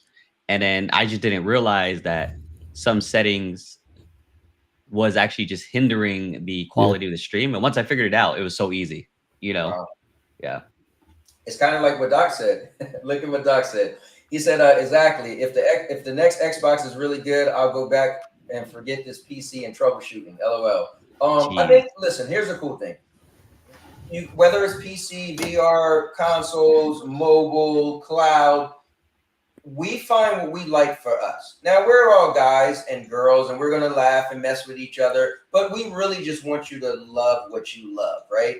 The best thing in game is when somebody finds something they really like, because enjoyment is the true form of entertainment, right? Like entertainment was meant for your enjoyment. So playing a video game is entertainment. Watching a show is entertainment, right? So I think what's great is making content is entertainment. So why not enjoy your form of entertainment? So ISO figuring out like, oh, wait, it's a couple of things. I always say like, I'm not a PC guy because I don't like to tinker. And like Doctor said, his troubleshooting, right? But there are people who love it. Like this guy I know, Frank, he's the old IT guy at the job, he used to work for 20 years. Dude, he was the IT guy there, right? He loves taking things apart, tinkering. That's his thing. So it's silly when we knock somebody else. That's why I always admire ISO. ISO came on the scene when I first met him. He was like, dude, I don't get into all that stuff because like what you like. That's always been his thing. So if you love to tinker, dude, be the greatest PC guy because you know how to take things apart and you could get the top quality out of whatever rig you purchased and you put together because you like to tinker. If you're the simple guy and you just want to press play and start and you don't even look that the game has quality or performance mode, then be a console guy. Like at the end of the day, it's whatever you want. But bringing it back to content creation, if you enjoyed your form of entertainment and then add that to your form of content, then it's going to be like boom. So my question for you, ISO. Now, you didn't abandon playing PC games and console games, right? You just stream and your content is VR. Is that correct? Yeah, so I still play everything else. Like I play Marvel Rivals with the fam. Like I have my Rock Ally. I just bought Signalis. I know it's an older game, but it was on sale for like $14, and I'm playing that on the Rock Ally. It's just the content I'm doing on the channel specifically is just VR. So anything to do with VR, whether it's like the quest accessories, games, you know, maybe reviews. I'm not good at reviews, and I'm not good at like the recent video I did was kind of like showing off the new accessory you got. I'm really when it comes to editing, I'm trying to up my editing game up since I have time in between. But it's hard, man, because like there's a whole like I was talking to Doc about this. Like there's a whole science behind it where you have to have visual cues to keep people wanting to watch, and the audio cues. Like there's a whole thing with it, and oh my god, it's rough. It's for me, it's hard to grasp it, but it'll buff. You know, whatever happens, happens. So I'm gonna add something on to what Cowboy was saying. It's an old saying: if you love what you do, you won't ever work a day in your life. Yeah, Facts. it's cool because I never heard that until I don't know, maybe like 10 years, maybe not that long ago. But I don't know why I never heard that saying until my wife's brother passed away some years ago, and he was younger than me, and he used to always say, my grandfather always told me exactly what you said, and I was like, man, that makes so much sense, right? It's kind of like because you're so into what you like that we started off in the beginning, like Doc said, dude, I'm just making money from talking about video games. Like, and right, it's kind of like, dude, you were going to talk about video games anyway, you know? Yeah.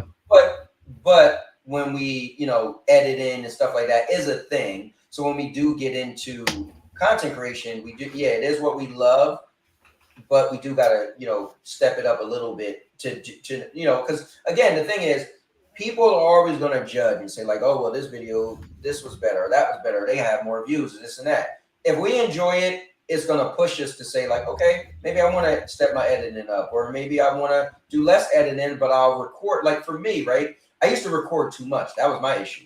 I would literally have like 20 minutes, and in my mind, I want to make a 5-minute video. So now I'm editing for like 3 hours just to try to get the best spots and make the editing on point, right? Like if I'm talking and say, hey, how's it going? Like, all right, talk to you later. Hey, and then I stop. I want to cut out that hey. I don't want to leave that hey in there. So that's a lot of clipping, dragging. Yeah. Still play it back. Ooh, I still hear the why and hey, like the now I'm dragging a little bit, watch it back again. Like that. A lot of editing is just replaying it because you want to make sure you got it smooth. And so at the end of the day, it could become annoying, but it's like my thing is just don't record too much, right? So if you know you want a 5-minute video, bro, you shouldn't be recording more than 10 minutes. In my opinion, if you want to be a content creator, you have to have some kind of entrepreneur mind. Like you got to be able to know what to do and what to like cut and stuff to make the best thing possible, which a lot of entrepreneurs have to do.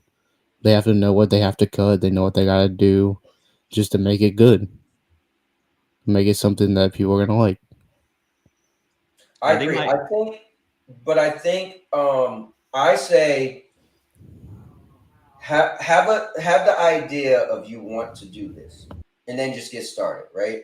Don't put any limitations on you, because I think what's cool is this thing is forgiving, right? Yeah. Now, what you can't do is just disappear forever. That's why consistency is important, right? You can't, because if Game of Thrones was on every summer and ends in August and doesn't come back for a year, you're not going to stop watching Game of Thrones and be like, well, guess I'm going to watch nothing until it come back on. No, you're immediately going to find another show to watch, right? You're going to give somebody else that space for your entertainment, right?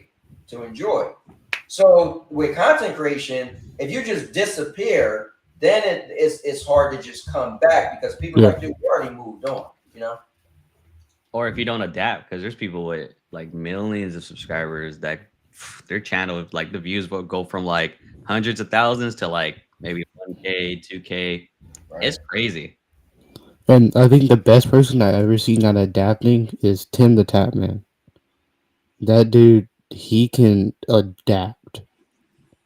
He went from Fortnite to like Overwatch to Marvel Rivals. I think he plays Warzone now too, or he still does, one of the two. But he's like, his views will go down, and he'll switch a game and he'll go right back up. Yeah, he doesn't stay at it, which makes sense, because it's like COD can only do so much, right? And the next best thing right now is Marvel Rivals. Like, especially if it's a business, like unfortunately you got to move on. If you want to keep making money, you got to find the next best thing. That's why for me personally, when it comes to this channel, if I can make some money off of it, that'll be super dope. And if it ends up being bigger than that, it is what it is. We'll see, and I'll kind of deal with it then. But if I can just make some money off of this, doing this on the side, I'm all for it. If it can pay for all my gaming needs at this point, you Right. know, I make like $100, $200. Hey, that's a few games I could buy. Yeah. You know, that's easy day. Yeah, I started off by saying if I could make $270.36, that'd be cool. That was my old car payment. And one month I didn't make that. But I usually make between like 100, 150, $200 would be top, right? We'll see what I definitely lost money when I changed up. So here's the thing. When I was selling my house, I was really busy and I knew like, man, so I'm not putting out as much content, but I was, focused on selling the house. So realistically, the real life stuff, that September, I was like, how come I didn't get, it's the 21st. YouTube paid on the 21st every month. I was like, I didn't get paid. I contacted YouTube. They said, yeah, you made like $96. You just missed it. I was like, whoa. So real life did take over, but I want to put my real life first. So then changing up to not having a stream because people would donate during live streams and all that. Just doing vlogging, it still was like, oh wow, the money isn't coming in like it used to, and I had to get people used to like, well, vlogging is his main content now, right? So hey, or now before people was like, I might maybe not watch his vlogging, but I was like, no, this is the main thing, so we either gonna get behind it or not, right? So I had to watch my vlogging take shape. So it's interesting when you decide to change stuff because we haven't talked about we haven't really talked about money and making money. And how that may or may not affect things when you change. So ISO, for you, you've been monetized, so you're able to make money. As far as money, you changing from VR, did you notice a difference? Yeah, making more money. That's dope. Yeah, because if you look at my channel, right, like I would say my channel, depending on the video, right, for 1,500 subs, my view sucks. Like my view to sub ratio is garbage, but that's because all my stuff is variety. Remember when I blew up because I uploaded all those shorts? Yep. Right? That's how I got to 1K, was because I up like remember my short got like 60K views or something? That was my first like somewhat viral video. Yeah, you did that gun video about Call of Duty. You were showing that how realistic it looked, and I thought that was real. And you was like, no, that's from Call of Duty. I was like, what? I know that video hit 73K views, and that what's really got me close to that 100K or not 100K, 1K mark. But the problem that I express to people with shorts is, yes, you will get subscribers, but the likelihood of you getting someone that will stick around to watch your content is a little bit different story. Some people believe me, and I'm like, I'm just telling you from experience because I jumped up like crazy, like 200, 300 subs just from shorts. And I don't think I ever saw one person from those shorts come through in the live streams. I have to bring this up. So this whole thing, this stream today, and ISO, you know him. I don't know if you know was around Rain, but I would always come on and do a content creation stream with that guy, Red Giraffe. And no, I was not. Live. Red Giraffe and I, it was October of like 2 years ago, and we both had, I want to say like, it was something like, I don't know, maybe 2,000 subscribers, something, 1,700, I don't know. In 6 months, Red Giraffe had 50,000 subscribers. You're telling yourself, how is that possible? And he will always write me, bro, I got an ideal. I got a way to get more subscribers. And I was like, all right. Week later, like 15,000. You're like, what? Another week. Like he was jumping subscribers. Like it was, I never seen this in any channel ever, right? And what he ended up, at first he was like, and he would come on and tell us live, no, what I'm doing is shorts. And his channel was just a variety as well. But then it grew to be a Fortnite channel, right? So this is what he did, and ISO hit the nail on the head. He was putting so much into these clever, cool shorts. You know what happened? His channel became a shorts channel. He got so many subscribers so fast, the people who found his channel only wanted to watch shorts. So he barely was getting anybody watching his live streams, and he was doing cool stuff. He would stream live Fortnite, try to get the community to jump in.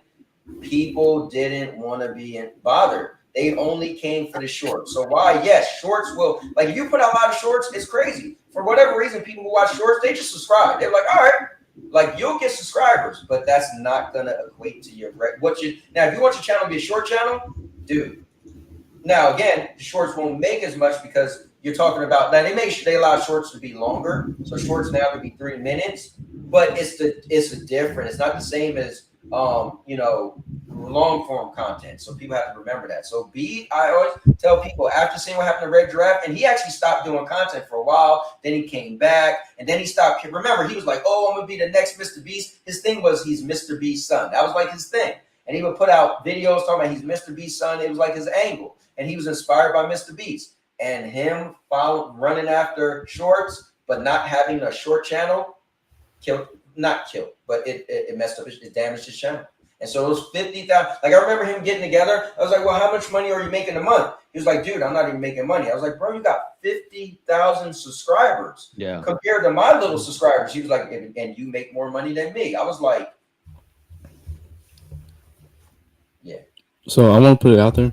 I've always said if my channel can make the money to sustain itself, like to make enough money to where it just basically the channel can run off of that money, then I'll be fine with it. I don't care if I don't get that money to spend on myself. It's not gonna go towards me. It's gonna go towards the channel. That's fair. I mean, y'all the ones watching. Y'all the ones the reason I'm getting paid. Y'all the reason I'm gonna use the money on. So let me just jump in there real quick. I watched Purple and she's like, look, the money, and we got somebody else that's about to come on, and Purple's like, the money is going back in the channel, and I listen, that's great, but I want to say this. I remember when I got monetized and I didn't want to do a membership, and people was like, dude, do a membership. We just want to support you.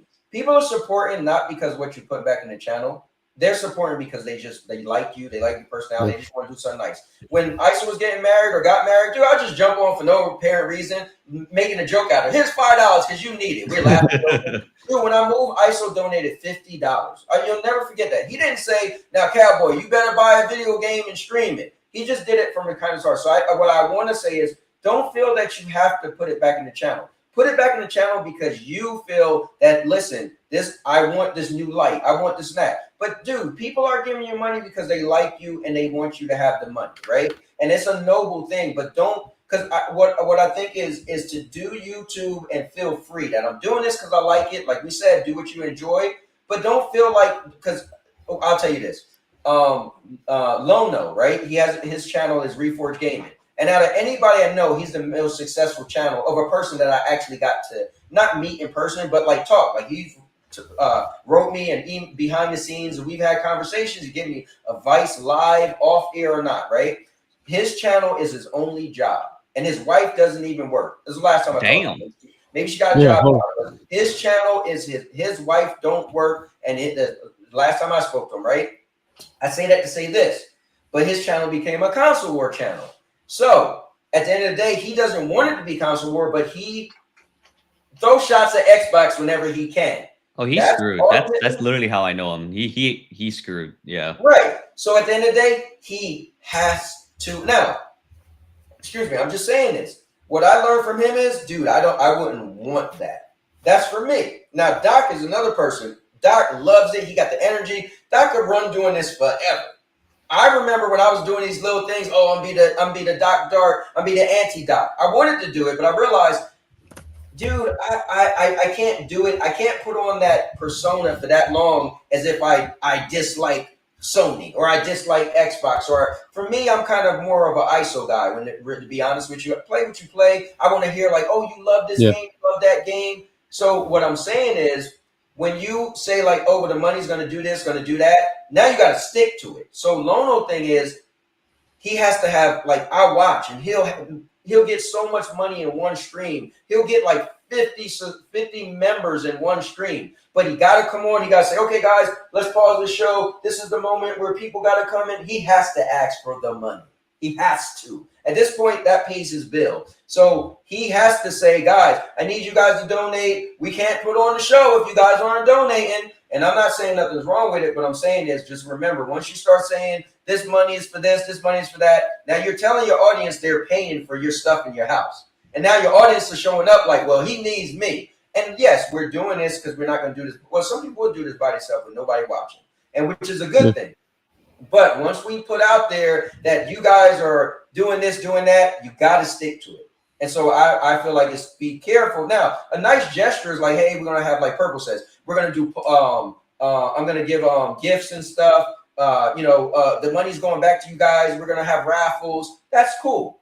But at the end of the day, just know that people like you for you, and if they're giving you money, don't feel obligated that you have to give it back. It's just fair. Like YouTube gets 20 because we didn't really get into the money yet, but YouTube takes 30% of whatever you make. And so at the end of the day, that 70% is yours to do whatever you with. If you feel your heart says, not your heart, I know I need a better mic, then buy a better mic. I know I need better lights, then buy better lights. But me personally, that's just my advice. You don't have to, because I think sometimes we feel like, man, they gave me this money. I was hell bent on not wanting to do, like, even I make videos, and the videos are for the channel members first. I did a poll. The channel members like, bro, we don't want you to give us videos first. You let everybody watch them. I'm like, but I want to do something for you guys. They're like, dude, we're a channel member because we like you. We're help supporting your journey.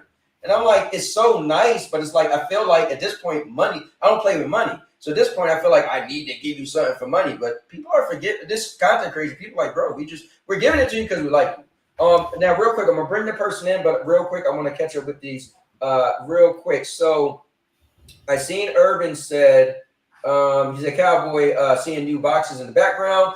So actually, yes, I ordered the wrong workout equipment, and it was hell returning it.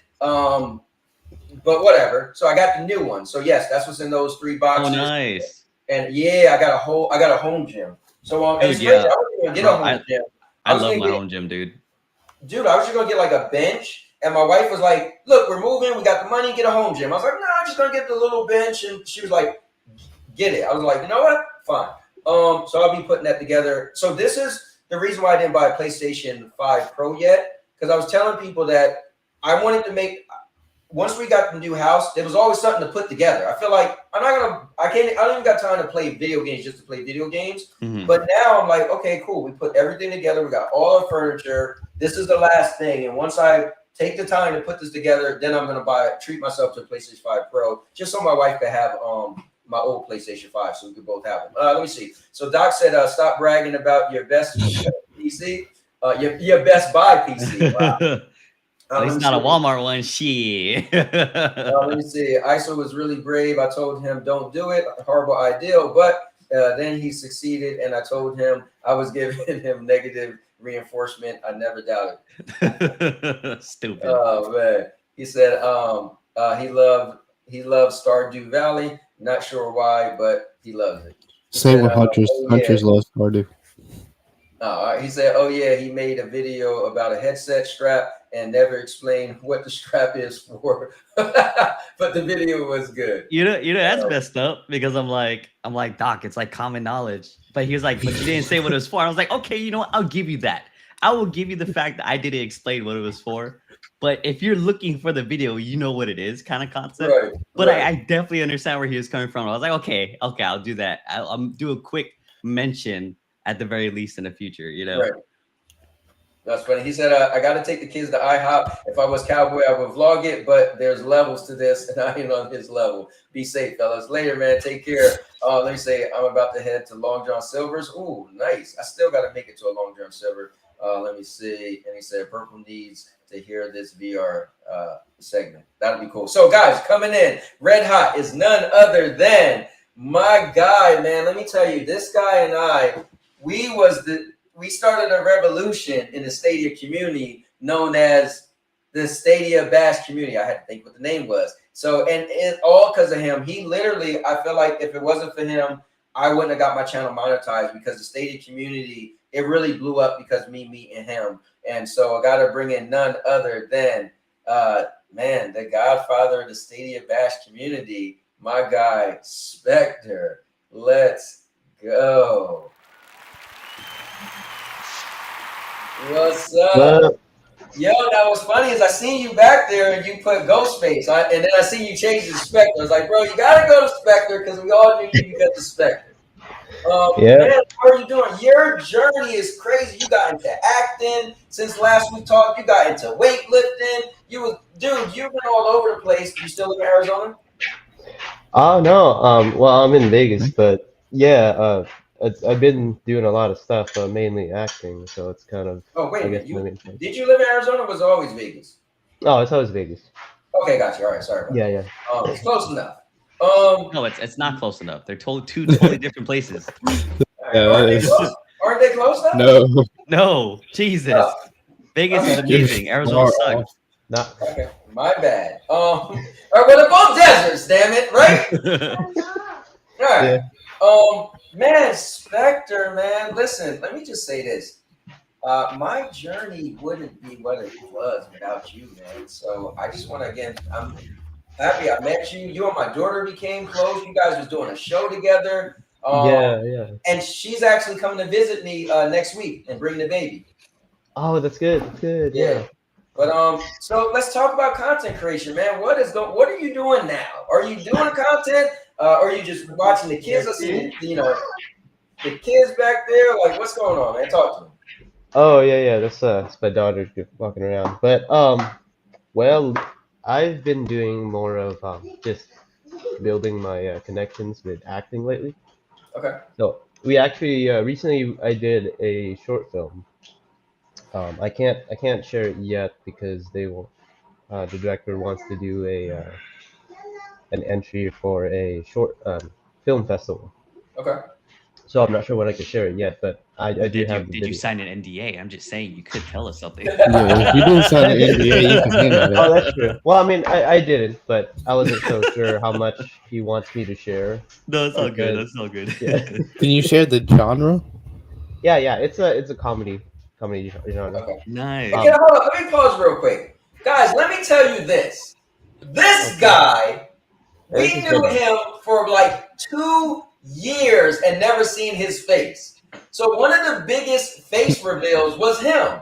Dude, everybody knew him in the community for like 2 years. It could have been more. And we never knew what he looked like. And he did this big face reveal. And we was like, it was such a big deal because usually people just never show you their face. They just like, you know what, that's it. And at first he was like, dude, I'm not showing my face. So we was just like, all right, we're never gonna know his face. And then eventually he was like, I'm gonna show my face. And we were like, are you really gonna show your face? He was like, I am. And when he did it, we were like, whoa, we knew you for so long, loved you, everything. You were just our guy.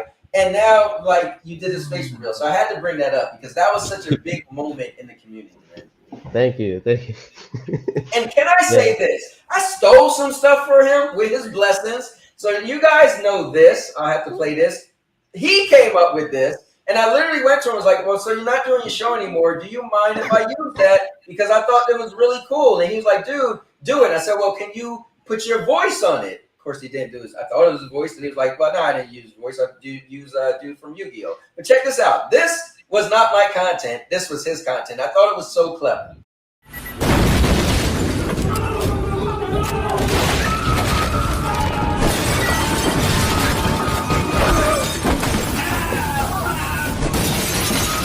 Topic switch. So when I wanted to do the topic switch, I was like, I was watching his show. And what was your show called? Oh, it was the clickbait show. The clickbait show, dude.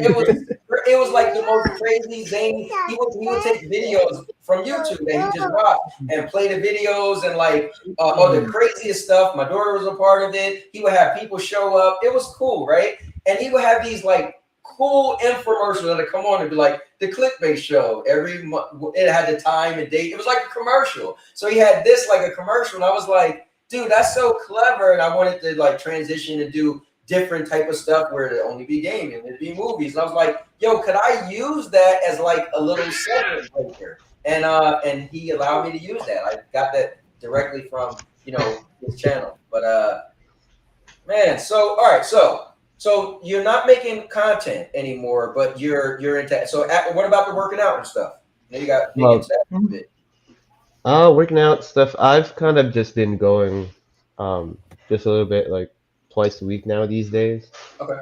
Mainly because I've kind of gotten deep into like the whole acting, I guess like the artistry stuff. So I'm just more spending most of my time like researching kind of like acting styles, like breaking down scripts and stuff like that. Yeah, but yeah, also this is my daughter. She insisted on coming on camera. Hi. Yeah, Also, I have a baby on the way, dude. It's my first. oh, congratulations, Thank you. man. Yeah, he's due in March. It's a boy. I'm super hyped. The wife is hyped too. Nice, nice, nice. Definitely get as much rest as you can. Oh yeah, no, I tell her I got like 2 months of freedom left. Like. Right, yeah, yeah. Now, It feels ISO. weird because I'm the youngest. Oh, what you say, Rain? I said it feels weird because I'm the youngest here. Oh I know yeah, that. yeah. Yeah. His daughter's older than you. Oh my god. ISO, let me ask you this. So speaking of content creation, I know. So we all know Obi Rose. He came in and really wanted to get hard with content creation, and he was Mhm. doing his Friday night fights. He changed the date, and then he had another kid, and he Oh. literally had to stop doing it altogether. And then one of the questions that Raina asked me was, how do you fit in content creation with your home life, right? And so my thing was, my wife and I had an agreement. She said, "Look, you got Monday, Tuesday, Wednesday, Thursdays. Have you and your wife discussed when the baby come? Are you still gonna do content creation? Are you gonna take a break? Have you guys had any conversations about that?" Yeah, so we actually did talk about it. I mentioned it to her because I told her like obviously, I'm getting more into it, but of course, the family and what we're doing here is more important, right? This is all a side thing, but I would like to continue it if I could. And it's just a communication piece, it's just more so like, hey, is it okay if I go stream for an hour, right? Instead of streaming for 2 hours, I do it for 1 hour, but at least I still get to do it. And it's more so like, hey, is it okay if I go get some video ready? And that's why I like how I'm doing it, where I'm uploading videos every 3 days, because it gives me time to edit and do what I have to do. And realistically, if baby is chilling, I just put him in the crib in the office and I'm over here editing my video. You know what I mean? So technically I can still do it. And it's just a communication thing with the wife, just like, hey, is it okay if I go do this for like 30, 45 minutes? And she's super understanding. She's awesome. So, I mean, I really have no concerns. It's just a matter of having that good balance and understanding when it's appropriate to do so. That's great. That's exactly what I was saying to That's Rain. exactly Now, it. do you Yeah. live stream at all anymore? Or are you gonna bring back the What a Warrior podcast, or is it just pre-made videos? So no, I live stream. So if you looked at the back of the channel, I live streamed a shit ton since I like I think I Yeah, have, let me see. what videos are you editing? You're talking about? So those are the uploads. Those are the video uploads I do. Those videos are every 3 days. The live streams are just pure live streams, right? So try go to the live one. You'll see I have a shit ton of live streams. Like look, stream Oh yeah. 3, 4, 5 days ago. I have the playthroughs I've done. I did an Xfield Zone one. Like those are all live streams. And look, the views are absolutely amazing, I dude. was Like about to these, say there's pretty good views too. yeah, it blows my mind because I'm like, oh my God, like these again, ever since I switched to VR, like my videos have definitely improved in views, like 100%. Like look at this one, like 1K, 2.1K, 676, like significantly better than what my channel normally gets, You know what's crazy? It's that YouTube has been giving us the tools and the knowledge of what they want us to do to succeed. And it's just like you said, unfortunately, variety channels aren't that successful, right?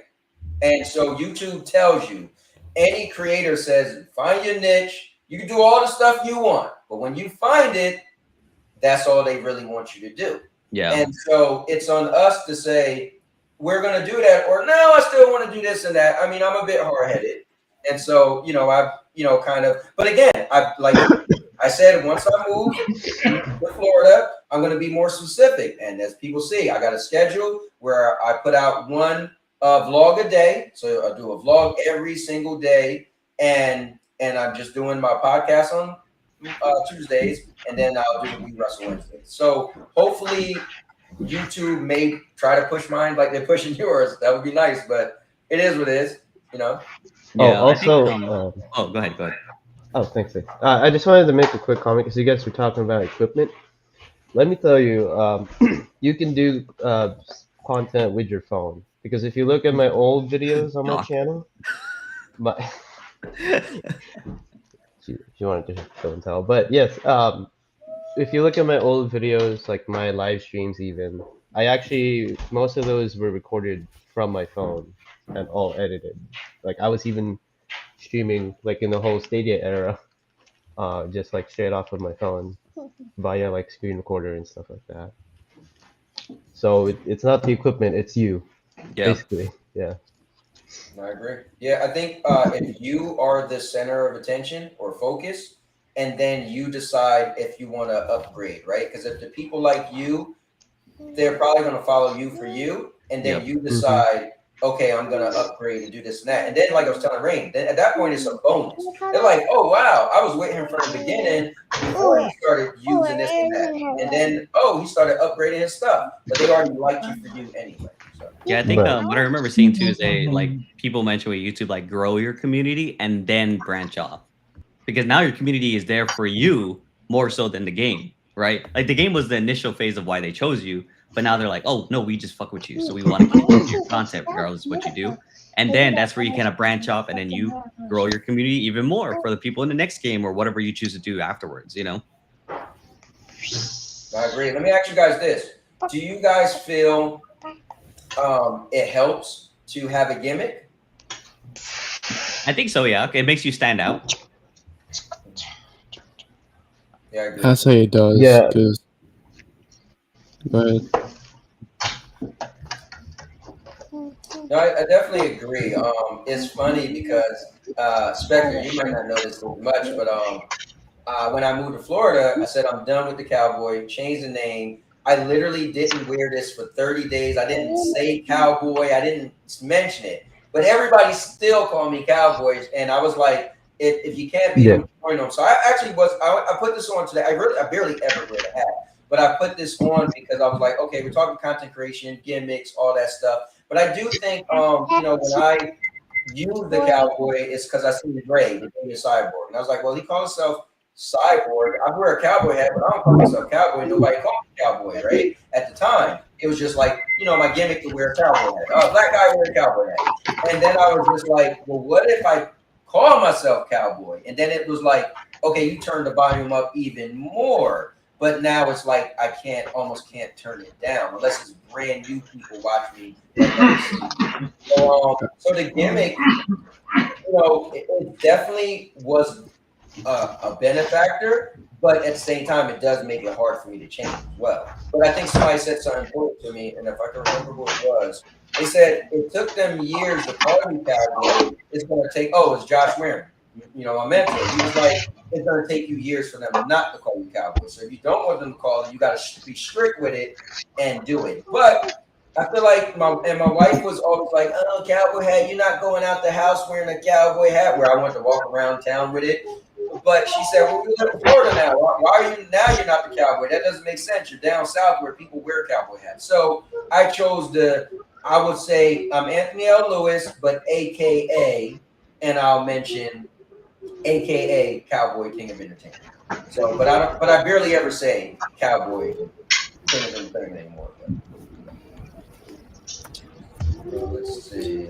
I just feel like if you have a gimmick, it makes you stand out more because you're not doing something someone else does or most people don't do. You're the 1 in 100 streamer. Like, you're different. You're 1 in 100. You're not just everyone else does this one thing. You're doing something different. People are gonna watch you for that different thing. And it's something I had to, as much as I just wanted to be Anthony L. Lewis, but I had to realize that I love wrestling and their gimmicks, and so I built this persona and the cowboy hat and the emojis, cowboy emojis, and that they were always there, but it's marketable. And I had to realize that why should I get away from it? If I can find a way just to combine it, it'd be good. But one last thing I wrote down that I wanted to bring up was and I definitely want to ask ISO this. I know he said he'd be right back, but here's a good question. What's the best amount of content to release? Now, ISO mentioned putting out, I think he said he's doing 3 videos. We'll get him when he comes back. But Spectre, let me go to you first. Your show, I think, was once a week, right? Yeah, it was once a week, every Tuesday nights. Okay, yeah, Tuesday night. Yeah. So I was a little crazy at first because my wife said I could do Monday, Tuesday, Wednesday, Thursday. So I did something Monday, Tuesday, Wednesday, Thursday. But I Yeah. jumped into this and I just really loved it, and I got all this energy. So I was like, dude, I was just gonna have a show all them days, and I did, and in different shows, it's different things. But I think it is good to figure out, like, okay, what's the right amount of content to release for you. Now, some people say put a video out every day. Some people say put a couple videos a day. When I wanted to figure out what my new thing would be, I actually did a poll and I asked people, should I do one video a day? Should I do one video every 2 days? Should I do 2 videos a day? And you know what? The funny thing is, the poll, the one that had the most was, excuse me, do one video every 2 days. But my thing is, I record so much. Like I got like I use the Kind Master you was asking me about, Rain, and I put just a tab of videos to make. So I record all this stuff and I put them in their own little folder. I probably got like 13 folders that I didn't make, right? And that's just recent. I got old stuff that still never made, right? Like the Wild 'N Out video stuff. So for me, I felt like, yeah, where the poll showed one video every 2 days, it would take me forever to put out content. Because I record so much, because we go out and I just want to show my life. So for me, one video a day. Personally, I would rather do 2 videos a day, but then I feel like people need to absorb it, right? If I did 2 a day, I don't know if people would. I don't want people to get behind and feel like when you get behind, you're like, forget it now. Like with Doc's been in Console War, and I got out of Console War. But I was like, well, I still want to tune in. And so then what happened was, once I wasn't watching, so many videos came by, and the more videos you don't see, you just like, and then I just haven't watched it forever. So what I don't want is to put out so many videos that people be like, well, I'm so far behind, I'm not going to watch. So so to you guys, what do you think is the best amount of content for what you do? Because obviously it has to be for what you do. So with you, Rain, without you giving away what you want to do, in your mind, what's the best amount of content that you want to do? Honestly, it would be one video a week. Okay, one a week. Because it's one of those things where it's a lot to finish what you're trying to do. It's not like basically I can't just go and buy it and that's what I have to. That's completes the video. I have to get lucky to get what I'm trying to do. Okay. So, from what I've seen, and I've looked up like people, like how many videos they put out. I say a video a week, but some people they put out a video every month, and they're that's how they do it, and it works for them. But I want to do a video a week, just the journey along with it. Right. Like, I don't want to just show you the full video, 4 hours long of me completing what I'm trying to do. I want to have a video every week of, hey, this is what I did, this is what happened, this is my progress right now. And that's what I'm planning on doing. But honestly, I could do a video a month and be fine. But that's for what I'm doing. No, ISO may be different, Ghostface may be different. Right. What about you, Ghostface? So for me, I found that it really worked with just, well, I agree with what he said. One video a week or 2 max, in my opinion. You don't want to, for one, it'll help you kind of just think about what you're actually putting out content-wise, instead of just like, pumping out stuff all the time. And it's just less pressure for you. And it just focuses like your audience to look at the videos that you just recently uploaded. And I feel that's the best way is either you're going to do 1 to 2 videos max. I tried the 3 videos when I was active, but it didn't really do so well in terms of like if you want to get actual growth from what I've noticed. Yeah, it makes sense, man. I love it. It's like the whole thought of getting together is just to come together, listen to different ideas, bounce off, and then hopefully some people will watch this back later on too. And I don't want the video to be too long, so let's end it at 2.5 hours. So that's like 15 minutes from now. But yeah, I mean, content creation is so interesting because then we could talk about going viral, right? You never know what video, like me, when I was just making a ton of content, right? And a lot of times I'll have people comment on the video I made 5 years ago, and they're like, "Oh, thanks for this video." And I'm thinking like, "Did you see the date?" Because I like timestamp everything. Like, but it's kind of cool because you make a video, you just throw it out to the world, and when we talk about stuff becoming viral. But when you make a channel and you want to say, okay, this is what I want the channel to be, you have to be more specific. So it's just crazy because you can't predict who channel is going to do better than whose. You can do all the research, everything you want, but it's strange what blows up and what doesn't. Ron Slusher is in the building.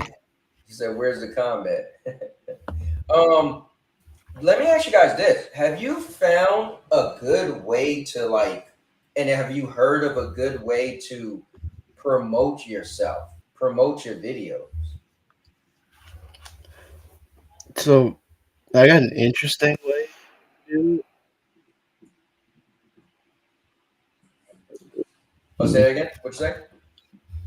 So the way that I've figured it out, or like I've noticed, is most people who blow up, they don't limit themselves to one platform. So like they'll be on YouTube, and then they'll be on TikTok, or they'll be a YouTube Twitch, one of the two.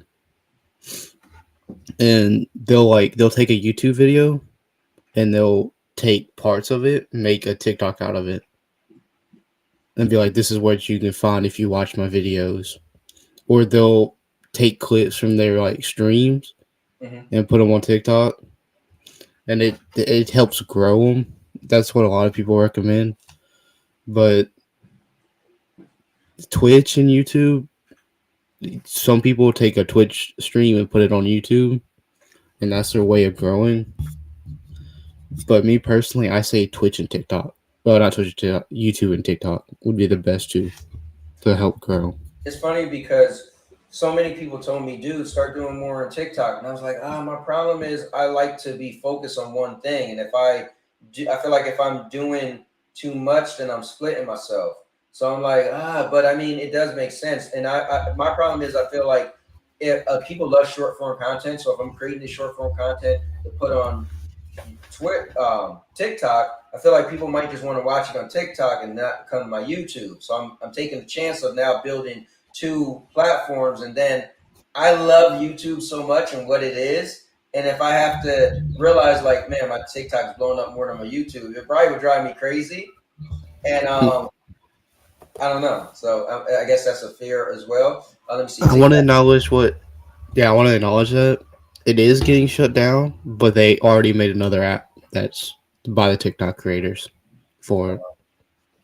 So I got it. I have to see it to believe it. If TikTok is really getting shut down, but let me play a reel real quick for Ghostface, aka Spectre, aka Oscar. So check this out, guys. The funny thing is, everyone thinks I'm ordinary, unremarkable, and unnoticeable. The funny thing is, everyone thinks I'm ordinary, unremarkable, and unnoticeable. That's why it took so long to catch me. I was convicted of 6 murders, but honestly, it was more like 18. I'll use that to get my death sentence vacated. Because the families want closure. They need to know where the bodies are buried. Sadistic. That's cool, man. It's cool that you got into acting and stuff. Thank you. Show, what's your thoughts with acting and where do you want it to go? Well, I think I feel very optimistic about it because we've got recent news of like MGM Studios, or was it? No, I believe Warner just got approved that they are going to make Vegas as their headquarters, and there's a lot of talk of other studios doing the same thing too as well. And I think that I am in a good position where I could at least be part of like the first wave of actors coming out of this new, I guess, new era of film, I would say.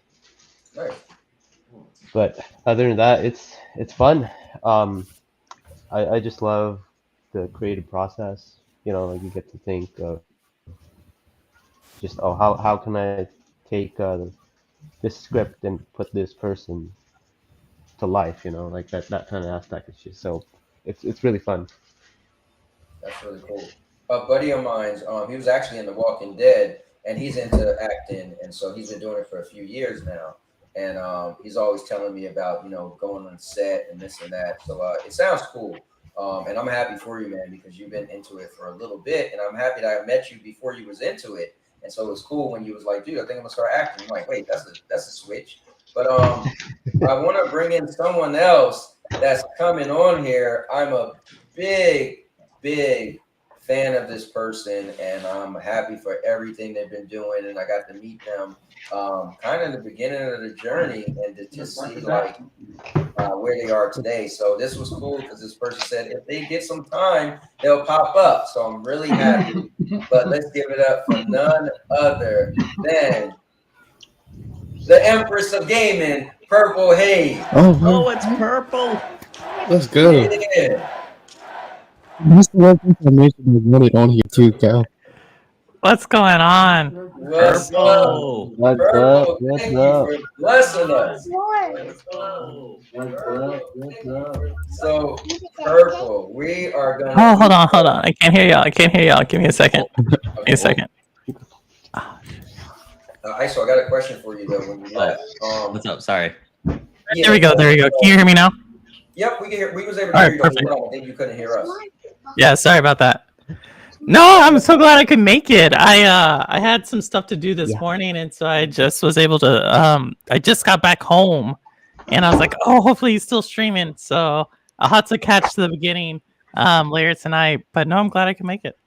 Definitely. And Purple, let's be real. You know what you like to do to me. I literally said like 5 minutes ago, all right, guys, you know, shut this down in like 5 minutes, and then you pop up. Come on now, Purple. You was waiting. No, I promise. I was out with my mom, and I just got home, and we were gonna do some like we were gonna do taste testing of something. I was like, wait a second, let me see. And so as soon as I saw like you were still on, I was like, okay, I gotta get back on.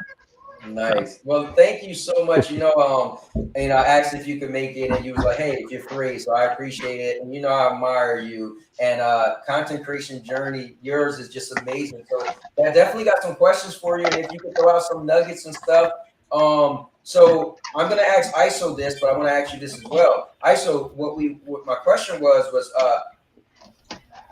what's the best amount of content to release? Now, I know you were saying for you do what, 3 videos a week, right?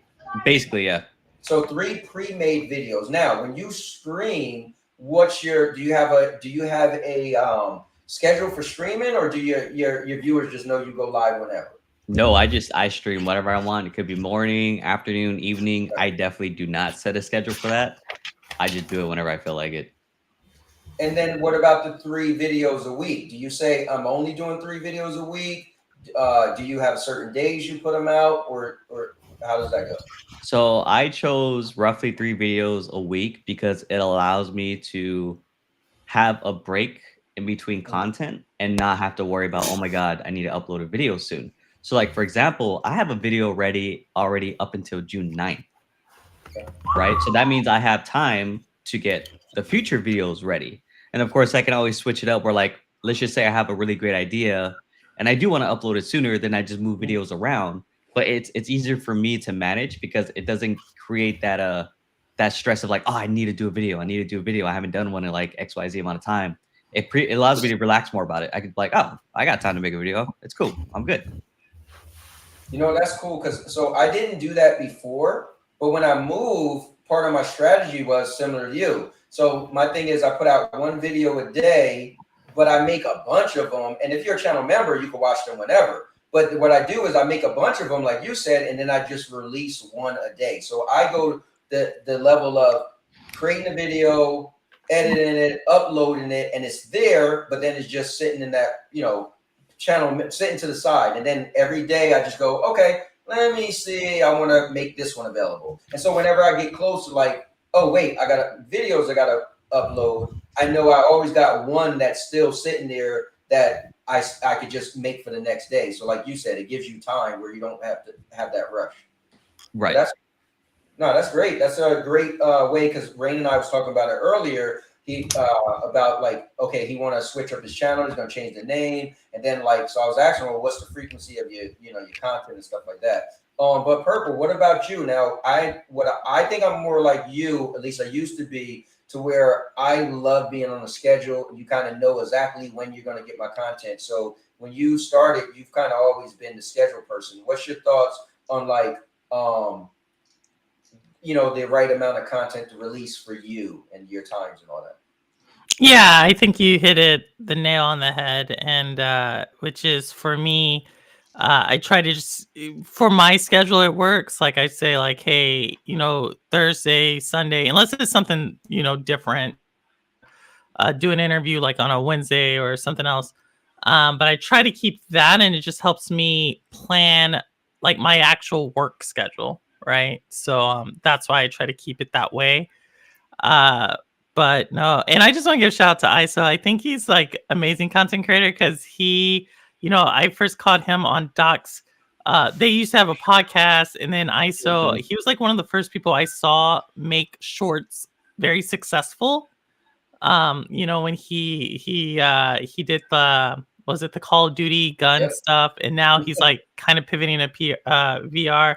So I think like the way ISO always is evolving his channel is pretty cool. I just want to say that while he's on. Thank you. I appreciate you, Purple. On a side note, I'm gonna give Purple a huge shout out. I think the way Purple does her live streams is absolutely amazing, because let's just look. She has 539 subscribers. I have 1,500, right? But her live streams are always popping. She always has like 15 people in there, and I'm like, damn, I wish I was on that level. But it's okay. Yeah, right. No, yeah, right. Yeah, right. No, I appreciate it. I just try to keep, it's just a conversation. It's always about the community. Like it could just be like two people. As long as I have someone in there to like just bounce ideas off of or say what's going on, I'm happy, No, but your live streams do amazing. They do. Yeah. I appreciate that. I think you're a testament. So I was asking the guys earlier, what is your or actually I didn't get to ask ISO or Spectre, aka Ghostface, so I asked you all. But me and Rain was talking about what's the number one thing you feel like you need to have. So I said consistency, and Rain said knowing who you are, your personality. And when I think of you, Purple, man, you are consistent, and so you build that community because they know what they're gonna get and when they're gonna get it, and I do admire that. But let me ask you guys that. So I'll start with you, ISO. What's the number one thing you feel in content creation that you feel that for you is like really important to you? I think the most important thing for me in content creation is the interaction. Like being able to interact with everybody, because that's what makes it enjoyable. Whether it's one person or 10 people, as long as you have one person like your live stream or one person commenting, you're like, fuck yeah, that's like it's like great. People are actually giving me feedback or talking about something on my content, right? In a live stream, people are actually interacting with you, because I mean, I can do it. I can talk to myself for hours on end, but that's with practice, because I've been live streaming for like 2 years now. So like I'm at the point where I can just do whatever, but it helps when people are in that conversation, So I think the interaction with content creation is very important, because it just helps. It makes everything so much better. Oh, that's a great one. What about you, Spectre? What's the number one thing you feel is most important to you in content creation? What to me the most important one is to generally at least have like a good connection with 2, 3, or even 5. Just have a good connection in general with one of your audiences. Like especially if there's that one person that's always a regular that you notice. I feel like if you notice them, say, hey, welcome back, or yeah, I remember you said something about that in my chat last time. I feel like that lets someone know that, oh, like this creator thinks I matter. Like it's nice to know that they care, and not just like another person that's like, oh, thanks for coming in the chat. Yeah, if that makes any sense. But yeah, I feel like just having a connection overall and just being consistent is probably like one of the things that will carry with you for your career. Because at the end of the day, it's you as a person, and they're here for you. So just make good connections. Just make it entertaining. I think that's really good though, because you do feel so when you watch my stream, and let's say you come back a week later and that person remembers something that you said, like if you watch Purple, it's great. Like she'll remember like where people live at and like just all this stuff. And I'm like, man, that everything you're saying, it's like, wow, that does make you feel like important to this person that you're coming to spend your time with. Purple, what about you? What would you say would be top of your list when it comes to important to you as far as making content creation? Yeah, I think it's two things. One, you hit. I think when you said consistency, I don't necessarily. I think it's also what you said, but also just consistent in your approach. Like like if you have a certain type of voice or a certain type of theme or a certain type of cadence, I think that's important so people can try to understand who you are as a content creator.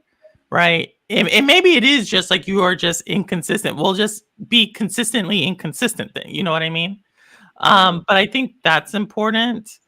And the other thing, at least for my type of content, right? I do a lot of not necessarily saying my game streams, but I guess you could use my game streams as this as well. Bring a point of view that is, your point of view. Like I like when people get to say, they get to unpack something that is uniquely theirs and not just I read XYZ, right? Or it's something like you've put some thought into it because now that's like kind of a relationship building. Like I get to know you. And so I just think like having a point of view and being consistent is important in my opinion. I think what's great about that, and I love what you said, and this could help Rain because Rain wasn't sure what he said. He works a lot, right? So his time frame. But I think what you said was great. You said consistently being inconsistent. And that's what I mentioned to Rain earlier. I said it's a guy I know named Vet. He has no schedule whatsoever, but people tune in when he goes live because he consistently is inconsistent. And he'll tell you, but what Purple said, his personality. Vet is always Vet. Like he's just wild, crazy, like, and he's just bigger than life personality, and he's always been like that from day one. And the day he's not like that, I'm like, yo, there's something wrong with him. So yeah, I mean, so that shows that you don't necessarily have to have that Tuesday. I'm going at 5 p.m. and but if you are who you are, time and time again, then people get to get to learn who you are, and then learn if they want to view you or not. So that was beautifully said with Purple. Wow. So Purple, since you came in here a little bit later, can you give us any like nuggets or any stories or anything on content creation that you could add to this topic that people could watch this back or watch it live and it kind of like stick with them? Anything that could be helpful. I mean, I'm sure many people have already said it, and this is just like the advice, whether I think you've given me this, ISO's given me this, a ton of other people. Just kind of have to start it, to figure out what's working and what's not working and be open to criticism. But also, like, if you have a vision, keep on that vision. And so what I guess like to dig a little deeper in that, I know a lot of people who are like in both like my real world like work day job as well as like the YouTube world where they're like, hey, I want to start a channel, and it's like always something that they're waiting on, whether it's the right camera, the right mic, the right intro, the right script, the right editing software. It's like they always have something. And it's now been like 18 months. And I'm like, okay, like, you know how much you could have learned in that 18 months if you had just started? Like, just put something out there. And so I would just say, like, go with it and start it. And then also be honest with yourself. And this is what like Miss Tracy told me one time. She's like, be honest with yourself. Do you enjoy watching your thing back? And if you enjoy watching it back, continue to do it. But if you don't enjoy watching it back, like really like take a second and figure out what it is you don't enjoy. And so there are times where I'll watch things and it's like, even though I did the interview or I did the content, I'm like, oh wow, I'm enjoying listening to the conversation again. But then there's other times where I'm like, oh, I could not, like, I could do this differently, or maybe that wasn't the right tone or the right question or the right theme. So, but you can't do any of that unless you put something out there. So I think that's why I always come back to like, you just have to put something out there. That is great. That is, I mean, that I think that's like the number one advice to give anyone who's trying to get started, right? Or yourself, right? Is that no amount of money spent on microphones, lights, and all this can beat the time and experience you gain by just doing it, right? You know, to start off ground floor and then build up is a great thing. But waiting to be on the third floor and then get started, it's like, wait, hold up, you know. But yeah, that's amazing advice. So, yeah, like a great example of this is someone who like kind of tried to buy their success, and you saw that they just did horrible. Remember Ace's channel? Yep. Right, he sold his channel to, I forget what that guy's name was. Duncan. Right. And Duncan had been around a little bit. He had been on people's podcasts and did certain things. But he bought this channel at like 14. I forget. Ace had like 14, 15,000 subs. Yeah, like right. He had like 800 to 900 people regularly tune in to his podcast. Yep. You know, pretty solid content creator. He sold the channel to Duncan. And Duncan just, he did not have that success build up. He didn't have like those reps in the channel suffered. You know what I mean? Like to the point where I don't even think they put content out anymore. So, but I think if Duncan had just at least like built up, he would have saw how much of a disservice he did to himself by trying to buy success. You know, what's crazy. It's, people, you know, people want that instant gratification, and that's just kind of like a human thing. And yeah, I mean, just think, right? Somebody say they got a channel that has 15,000 subscribers and they get so many views, and you could take it over. So in your head, you're like, dude, why not? But funny enough, Ace did, and this is all, you know, we talked about this, so I can say this, but Ace literally came to me before he came there. He came to a bunch of people, but I know I was on the list. He came to me before Duncan. And I actually, and he came to, and then he made a chat with, he came to me first, and I was like, nah, because the thing is with me, I was doing my own thing, and like, I'm not going to have time to do both. So then he came to me and Project Storm and said, what if you guys did it both together? And we both was like, we didn't want to. And so, listen, it's good for Ace to try to sell it because he was getting out of it, right? Why not make money off of it? Because he did all this work. But it just shows, like you said, it's like, you know, knowing who you are and what you want to do because you want to do it versus you're following certain trends and you're just trying to see if you can get easy success. You might, right? Like I've told everybody, and I did a live stream and I've made a video. There was this commercial on YouTube, and it was like, oh, we'll help put out your content to so many people, and we'll help you grow your channel. I was like, if there's a way to get my content in front of more people, cool. So I did it, right? I spent money on it, and my channel, it was, I mean, I'm talking about like over 1,000 subscribers, right? But what it was doing was it wasn't real. And I was like, is it real people though? Now I thought it was going to be legit because the commercial was on YouTube. I'm like, if YouTube is playing this commercial, like you're literally about to watch a video and this commercial comes up on YouTube. You would have thought they had to have watched this to allow this to be a commercial. So I'm like, okay, nowhere could this not be real. So I did it. And again, I made a video about it. I went live. So I was very transparent that I did this for my channel. And I wanted to see if it worked or not. And it did work. I mean, I got a lot of subscribers, but the views did jump up, but the views never stayed. So what it showed was, like Duncan and them, yes, you might have bought a channel that had more subscribers and their current active viewers who are watching that content. But are they going to stay? Is the retention going to be the same for you? When the answer is no, because what you just did was took over something they loved. What they didn't love was you. So they didn't have a reason to stay for you. And so while he tried to keep doing it, him and the guy Barry, and I give them credit, they tried, right? They paid all this money, so why not? But it just wasn't sustainable because what people came and know and love wasn't the same. It's kind of like when you watch a show and the actor, they recast the actor. You might still watch the show, but it just bothers you that they recasted your favorite guy, you know? Is it not the same? So wow, that was definitely great. Let me see what you may have missed. So Purple, question for you. You're in a good position where you did become have a form of being monetized, right? With the YouTube. So did you start this as a hobby, or did in your head you wanted to make money?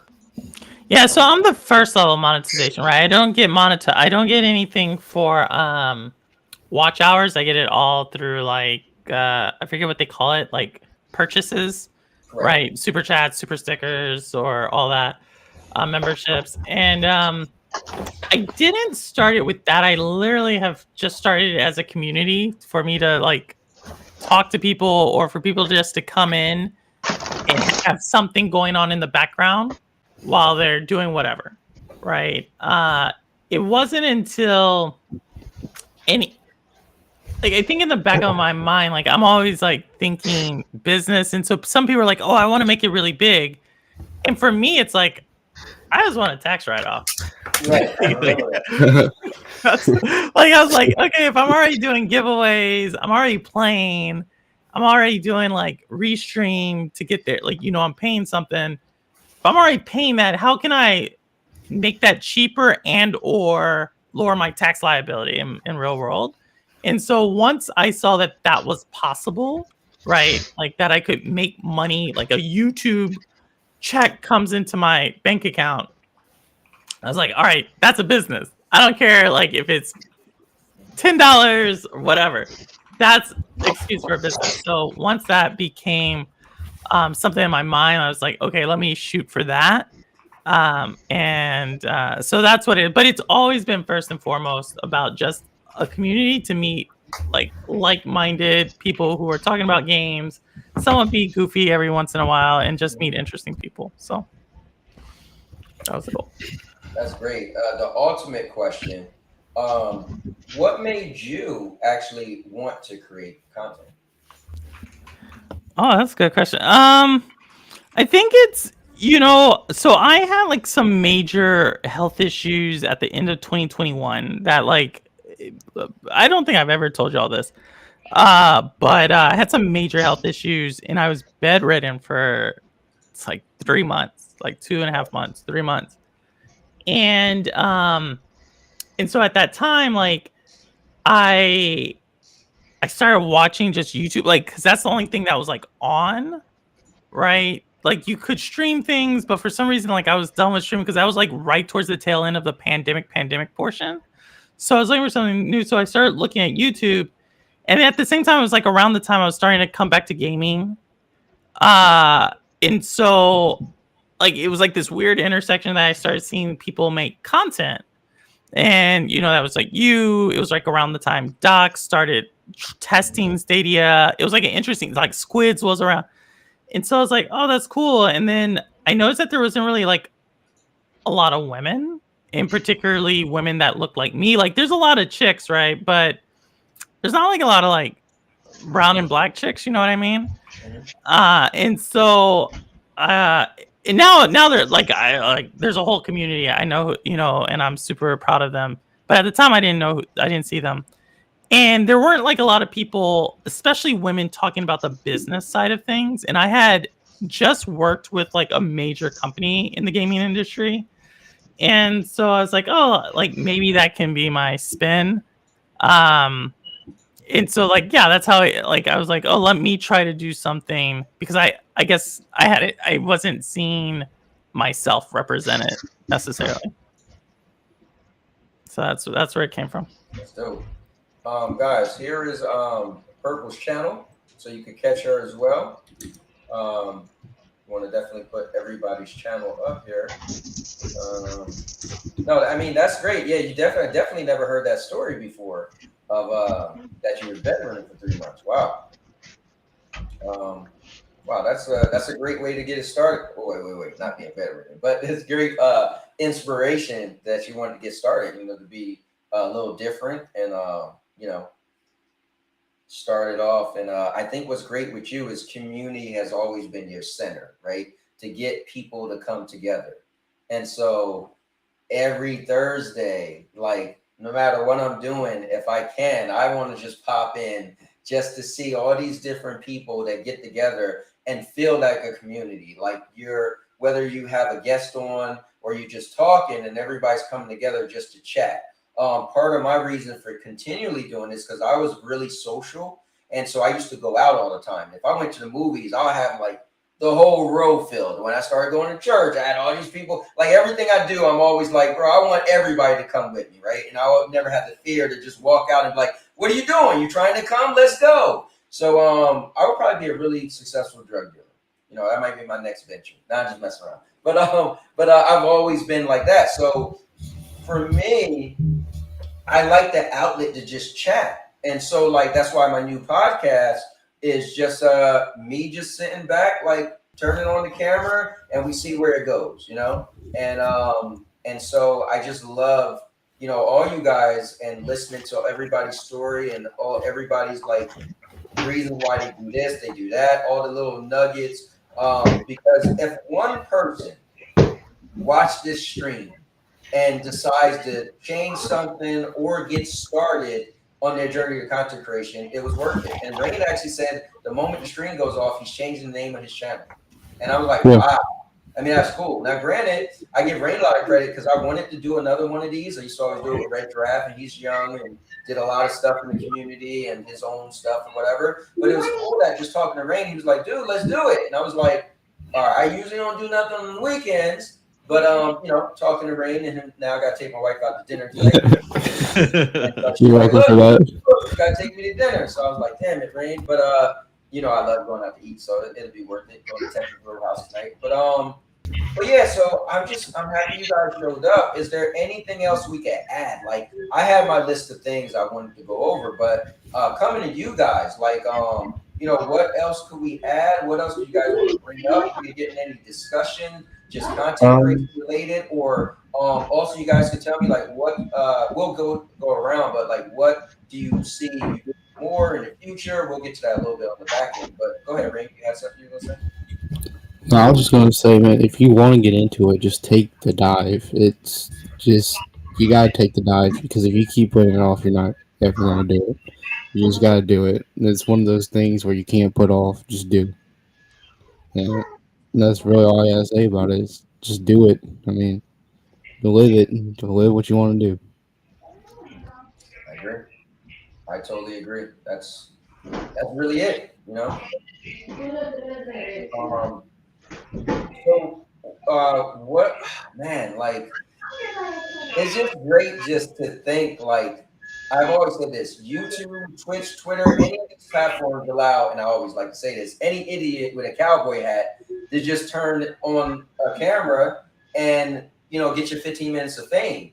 And growing up for me in a predominantly black neighborhood, it was pretty much if you either had to be a basketball player or become a movie star, right? And other than that, it was like to get your quote unquote 15 minutes of fame, that was your shot, right? And so anybody can grab a cell phone and just go live, and the sky's the limit, right? You see all these kids making their parents a lot of money because it goes crazy. I'm just gonna mute yours real quick, and then you can unmute it when you want to say. All right. I know I had a little bit of background noise, but anybody can, you know, grab a camera. Like I was saying, you see these kids like what was the little kid named PewDiePie, or just all, you know, kids that, like, you know, they found some success. I had a guy, I gotta put this video out, but he came and cleaned out my my AC unit. Well, back home I call it AC unit, but here they just call it a whatever they call it in Florida, like the pretty much your heating system or your air conditioning system, right?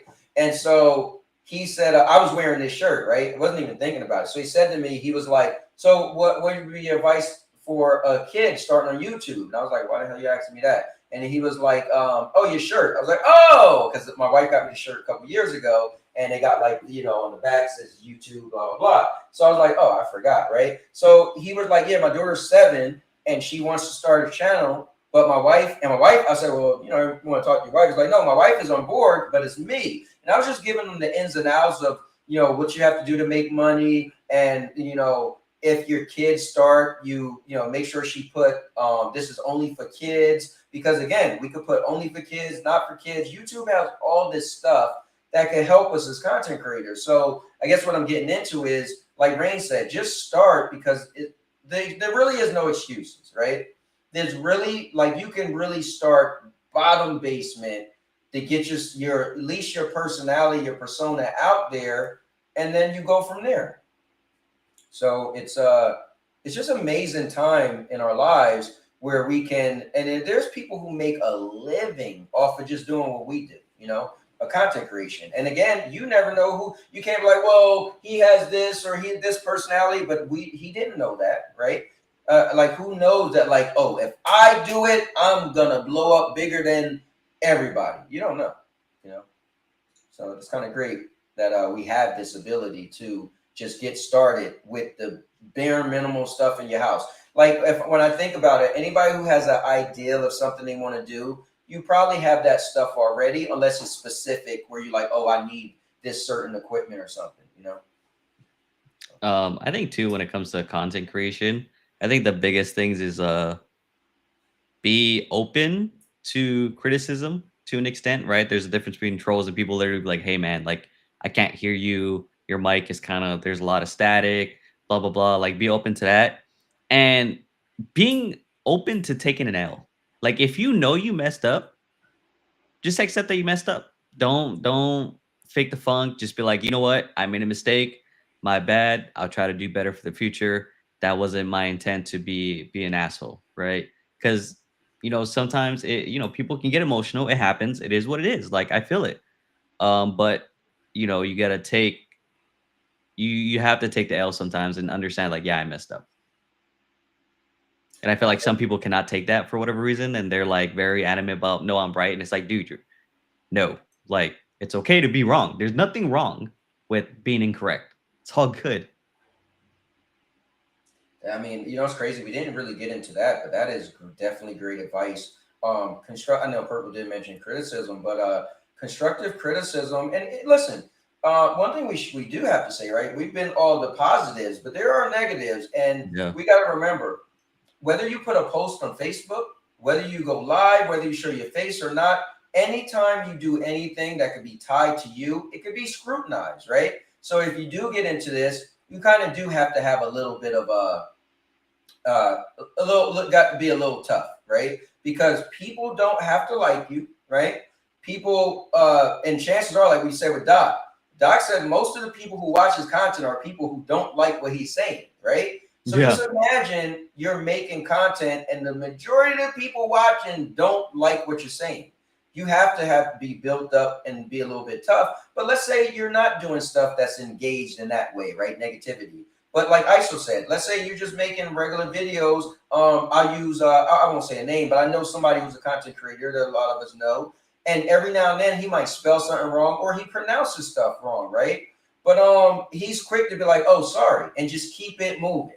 is no point to be like, nah, I wasn't wrong. Like ISO saying, I'm glad you said that because we didn't bring up this at all. You know, that there is, there is certain things going into this is, you're under a microscope. Yeah. And I was mentioning the guy Lono. I said he's the most successful person that I know. Now, of course, there's Mr. Beast, but I don't know them. I never had a conversation. But I had multiple conversations with Lono from Reforged Gaming. And years ago, he was a Twitch guy and got banned for Twitch, and he had, his issues, right? But he built himself back. Now, granted, he will tell you that he made a lot more money previously, right? But he was like in the Destiny community and all that, right? And in the end, Destiny's kind of going down a little bit. So who would have thought, right? But at the end of the day, you also can't let people stop, right? Because he was done.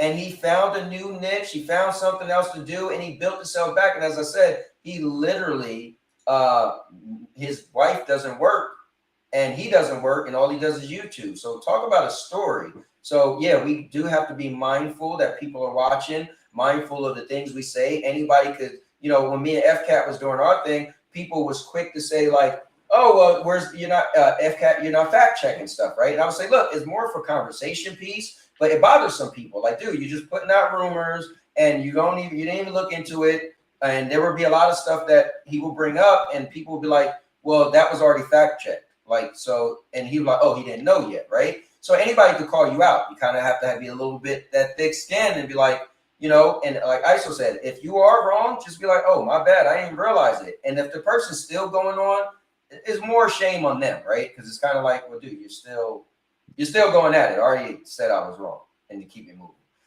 And then my nephew Lance is in the building. What's going on, Lance? Thanks for popping in, man. But no, that was a great purple. You got anything extra you want to say on that, or Rain, or Spectre on the negative side that could come with content creation, or stuff to be mindful? I mean, I think constructive feedback 100%, and that is obviously there's a way to give constructive feedback, and there's definitely a way to take it. And then there's also times what I think we've talked about at Cowboy, where sometimes you have to ask yourself, like, why am I even engaging with this person? Right? They have nothing positive to say. There's nothing I can do. Like, I think like I've been dealing with that situation for probably like 18 months now, right? Where certain parts of the internet, all you will hear is like, there's nothing purple can do right. Like if you read some of the comments, and so you also have to sometimes like, is this worth my time? Is this like even worth my energy? And just focus on the people that are there for you, who have been like consistent, and rely on their feedback, because no one's gonna be happy with, like, how should I say this? Everyone will not be happy with all your content, right? And so it's like really important to focus on the ones that are, and just try to make a great experience for them. And that's the feedback you should be worried about. But you will get negativity, right? There will people come into your stream, and just because you have a lot of people in there, they're going to try to make up, they're going to try to disrupt that, or they're going to try to take your clips. If you're trying to give like personal takes on things, they're going to try to take that out of context, or just any number of things. So it comes, that's part of it. But like I said, if you truly have something, even if it's just like 2 or 3 people that consistently enjoy it, well, you're making it for those 2 or 3 people, right? They could be doing something else with their time. And so I think that's like the negative side, but also a way to kind of focus on the positive.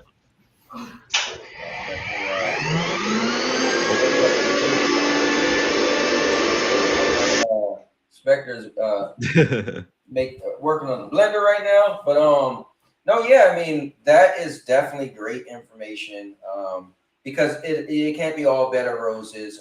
And then also, I think, don't be afraid to fail. Oh yeah, that's a big one too. You might have like, man, you guys know my channel done changed names so many times, and it's like I'm never satisfied with something, and I want to change it, and I'm just like, I'm gonna do it. And so at the end of the day, but part of that is you know, you might like Rain, you got an idea of what you want to do. He says it might cost you some money because you want to do this and that, but don't be afraid to fail, right? If you set out to do this new thing, change your name, and you be like I'm already talking to you guys in my head. I'm like, I'm about to change my name again, but it might be small, but it's just like at the end of the day, your failure is on you, right? And how you respond to it. So, meaning, what is failure? So, oh, you know what? So I always had like a certain video. So if I made my vlogs, I always wanted my vlogs to get at least 30 views, right? That was my own personal, like, oh, no, it's not that popular. It's just me walking around doing something stupid or going out to eat. Everybody's going out to eat, living their life. Why is it special for somebody to watch me, right? So if I get 30 views, that'd be cool, right? When I used to do a live stream, if I get 100 views on a live stream, that'd be cool, right? And reviews was just like, who knows? And the reviews, they usually take off, right? Or do good. But that's just like, you never know. What is somebody looking for, right? And it might take a review years to just blow up all of a sudden, right? Now everybody wants this certain product, right? So for me, my own success and my own failure is on me. So it's like when people say like, oh, this game sold poorly. And then you look it up, you're like, for the company, that was great. They made a lot of money because they're a smaller company. For you, somebody just sitting home judging everybody based off of your favorite video game that may have sold billions of dollars in the first year or whatever, then yes, that's considered failure. So long story short, I'm saying, don't be afraid of your own failures, but it's your failure, right? So if you know that this could go up or down, I'm gonna put out this video, it might go sideways. Like now what's cool is that I'm primarily doing vlogging. I'm getting way more views on my vlogging when I only wanted 30 views. I'm like, so that's a success. But then I put out a view like my New Year's video, and I'm like, man, that was a short video. I figure a lot of people would have watched it. It's only like 17 views. At the end of the day, am I gonna not make another video because my one video didn't get more than, I would like it to get 30 views? No, right? So at the end of the day, you can't be like, I'm done because this ideal or this plan. Like ISO, I'm sure he said he wanted to do VR. Dude, I'm always like, VR didn't get me yet. I don't think VR is that popular.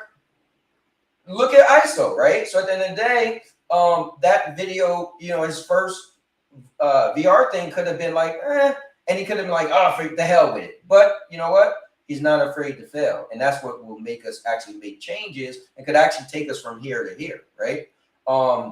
Just like ISO said, he was a niche channel. He did this, he did that, did this, but he knows what YouTube want. And so he was like, you know what? He's not afraid to go after what YouTube would rather, because, and it could have went sideways. People could be like, no, we want What a Word podcast. We want this and that. But it's like, dude, this is what I want. And I'm not afraid for it not to work. But ISO, you can go ahead and jump in there because I think you were going to mention something about don't be afraid to fail. Yeah, I mean, just try. Like, it's part of adapting, right? When you learn something doesn't work, try something new. If you keep doing the same thing and it doesn't work, I don't know what to tell you. You know what I mean? Like, don't be surprised of where your channel heads out. And it's hard, man. Doing YouTube is hard. Everyone's trying to be a content creator. Just have fun with it, especially when you're starting out. Don't try to make a job out of it. Just be like, it's something I enjoy on the side. Enjoy it, because that's what really gets channels to grow, because people like to see you, like you grow your community because of you. And of course, you can try to make connections, but do it not because you want to grow your channel. Do it because like, this dude seems like a cool dude. Like I would want to play games with him. He seems cool. It just make natural, make it happen naturally. Don't force things. Yeah, I think that's the biggest thing. It's have fun too. No, that's great. I mean, I think we pretty much covered it all. I mean, I think we covered from beginning to end. Let me see. Unread Game and said, I actually made this channel just for streaming. Lots of great advice you are giving. Appreciate it, man. That's what all we wanted to do was come together and make one stream, and then it would be a video that people could look and see a bunch of different people who have very different type of content. Look at Ghostface. He used to have a channel, then he stopped. He's doing acting now. And look at ISO, went from variety channel to VR, and Purple doing like her shows. And Purple, you didn't mention, but you put out some really good videos too, your short form content as well, Yeah, that's one of those that like is evolving, right? Trying to see what fits. But Right. I think it's like trying to be like ISO, right? Trying to be like you all who are trying a lot of different things, and certain things are sticking more than others. Yeah. So appreciate that. Definitely. Oh, Well, guys, on that, don't go be afraid ahead. to time out people and ban people too, especially when they're crazy. Yeah. Yeah, I think like the worst thing I've ever gotten was like death threats to like me and the wifey. That was crazy. That's pretty wild. No, it was wild. It was over. It was over consoles too. That was a crazy thing. So also, go ahead, Purple. No, go ahead, Bray. I just wanted to add, just because there's not a big like audience for what you want to do, doesn't mean don't do it. Because it may not look like a big audience, but it's a lot bigger than what it looks like. Because there's always people wanting to watch it, even if it's a small audience. There's gonna be more and more people finding it and wanting to watch it. And shit might blow up. And then next thing you know, you're the channel with the most stuff, and people are like, "Oh, I'm trying to learn about this, this, and that." Yeah. And then your channel is the one that's always popping up because you're the only one that really did it. That's actually, keep that in mind too. And ISO, if you wanna, this guy Unread Gaming says streaming VR is kind of difficult. I tried and I get half a screen on the screen. So ISO could tell you he's, so, let me ask you this, ISO. You said you still stream. Now, are you streaming VR or no? Yeah, no, all my last like almost 10 videos have been streamed from VR. Yeah. Oh wow. So I would say, as far as the screen thing, I'm not sure what's happening because I use OBS, so it shows the full screen. An alternative is if you use the Steam VR View, depending on what you use. I don't know. I use PC VR, so I don't know how to stream from the Quest 3 itself. If I were to buy standalone games, I don't know if that's a thing. So I prefer to use PC because plus the games look better, it looks crispier, and I can control the audio level so much easier because OBS, right? You can have your mic audio louder. There's filters where my audio will sound better because I use the Quest 3 audio, which is actually really good for what it is. So the filters make it sound even better. And then I just, make the picture look good. And so I would just look up videos on what you can do to make it better. That's my best bet. That's cool. So I also, real quick, sorry, not to interrupt, but I do have to go. I just want to say it's nice to meet everybody again. Cowboy, I forgot to mention, I tried calling you last time, but did you have the same phone number still? I do, and I apologize. I seen you calling that day, and I don't know. Again, like I said, man, I just moved. He didn't want to talk to you.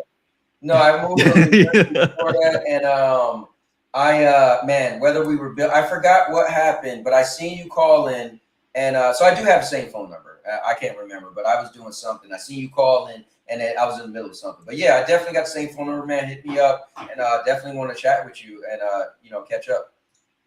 Yeah, definitely. Yeah, I definitely need to catch up. I figured today was a good time to jump in.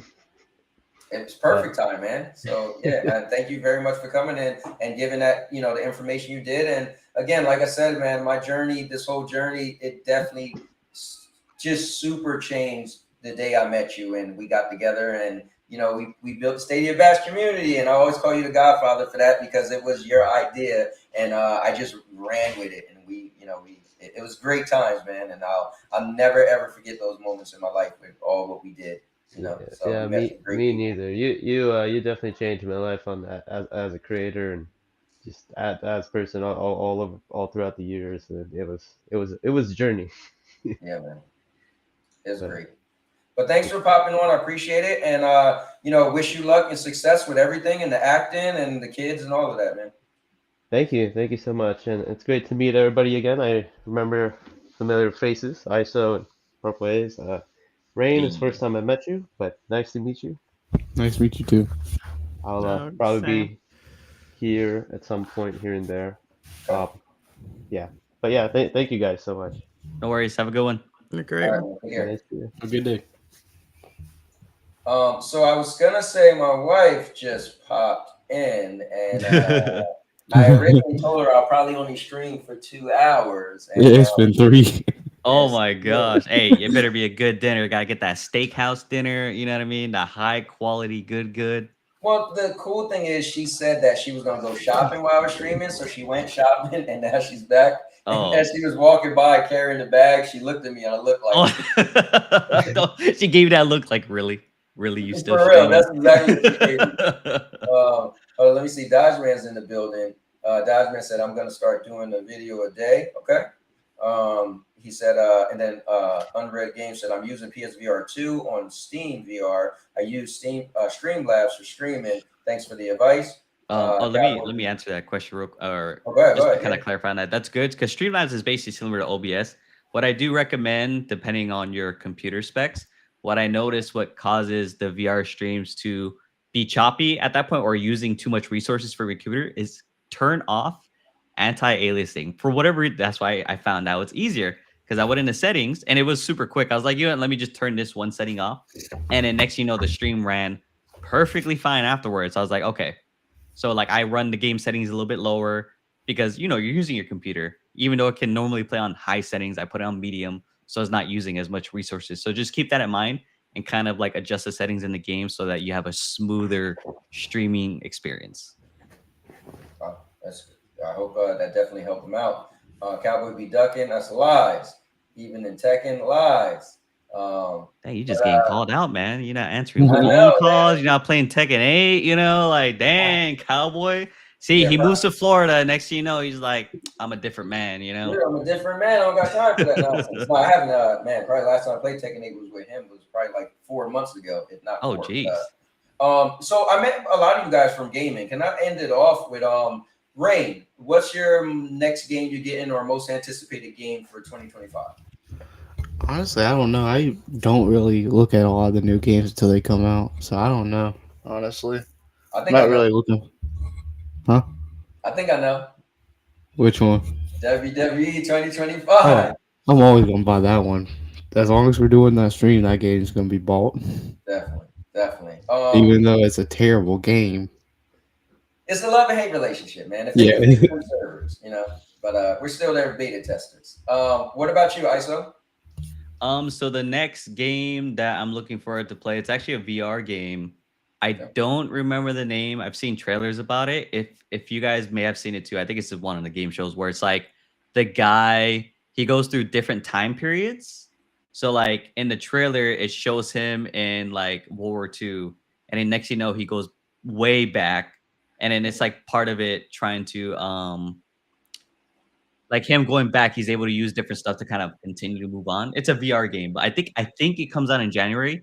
But what the next game I plan on doing after my playthrough is Behemoth. So if you want to watch me do a playthrough, that's how I'm gonna do the stream. So I post every time I get videos, I do post it in your VR channel and I do post it in your share your content. So be on the lookout. So if you really want to see someone play, I don't know if you watch gameplay yet. No. I'm mad at you now. I'm mad at you. Why are you mad at me? Because I said, dude, this game Behemoth looks so amazing. And you was like, what game is that? And I said, what? You didn't hear about it? And then you know what you said? You was like, I don't know. And you was like, maybe I'll play it. I said, bro, you bought that cat game. You was like, but the cat game cost half the Behemoth. It did cost half the game. It did cost half. That's a fact. That is facts right there. But no, that's the next one I'm gonna do because I was looking at what next VR title I want to do a playthrough for, and I'm trying not to do playthroughs for games I've already beaten. Right. So I'm like, kind of getting put in a predicament where I'm like, I mean, I don't care, I'll do it. People want to see it, I'll do it. But I was like, Behemoth was one of those I wasn't in a rush to play. So now that I was looking for a game, I was like, all right, good timing. Listen, Behemoth is next. Behemoth looks so cool. I was saying the other day that if I had a VR. That's my, like, all the games I've seen in VR, just the trailer, you fighting giant creatures. You got like you could grapple hook people, yank them. It's violent, cutting heads off. That game looks super cool for VR. I mean, if I got a cheap deal on the PSVR 2, maybe I would.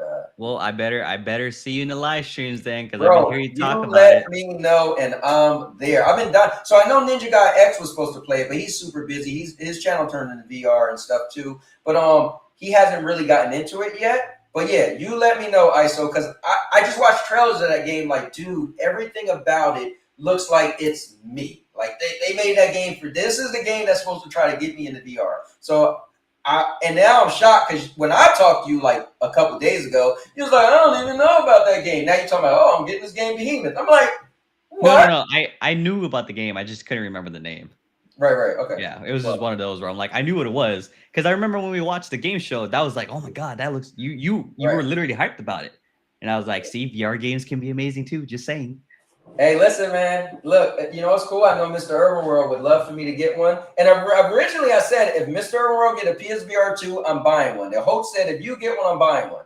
End up turning out the host bought one, and Mr. Urban World never got one. I was like, well, I'm not getting one. And then when he got one, I was like, bro, you didn't even stick to the whole thing. So I never got one. Dude, I feel bad for mine. I haven't touched my PS5 in so long. Mm-hmm. Oh my god. I just play on my Quest. I just play on my Quest 3. Nice. Yeah, I heard the Quest 3 is good. Did you see recently that they said that Apple's going to stop manufacturing the Apple Pro Vision because they're not selling that much? Well, yeah, maybe if it was in $3,000, 3,500. Oh my god, see, even worse. If it wasn't exact. It's basically a phone that costs as much as a PlayStation. Yeah, it's. Well, I get why they charge so much because they do have technology in there that's pretty amazing, but it's like it's still for such a small amount of people. It's like, look. Yep. For 3,500, maybe is not the way, dog. Maybe like $2,000 or I don't know. It's pretty ridiculous. I think the thing is when I think about it, a buddy of mine's actually bought one, and him and his wife bought one, and he said, dude, it looks amazing. He said the problem is it's not that great for gaming. Yeah. And so they returned it and bought the Quest 3, and they love it. And I think the thing is when you think of VR. And I know Mr. Urban says, oh, I can watch movies in VR and I can do this in the big VR screen. That's cool. But primarily you think of gaming when you think of VR, if we could be honest. So how do you feel buying a VR and it's just really not that great for gaming, but the specs are great? And it's like, dude, what? So I get that. Dude, I used my VR headset while I was making rice. So I was already in my headset and my wife was like, hey, can you make rice? I was like, shit. You know what? Fuck it. I'm going to make rice with this damn headset on. So I had it on the clear view, right? And I went into the kitchen. I put on a random YouTube video, made the screen hella big, put it over the counter so I can still see the sink. Bro, it's actually kind of crazy. Wow. Yeah. Maybe I'll do a video like how the Quest 3 could be used for other than gaming. And I'll show you like me making rice. And I'll put on like a cooking video, right? To kind of show like the real life use scenario that you can use it for. And I'll even do it without the controllers because I could literally use my hands. And it has hand tracking, and I'll show like me typing on the keyboard, and like I'll even do some stupid ass video like how to make rice, and like I'll put it up, and I'll be here stirring the rice and shit, Dude, that would be actually cool. I mean, it's cool because it's letting more people see that it's more to do with the VR.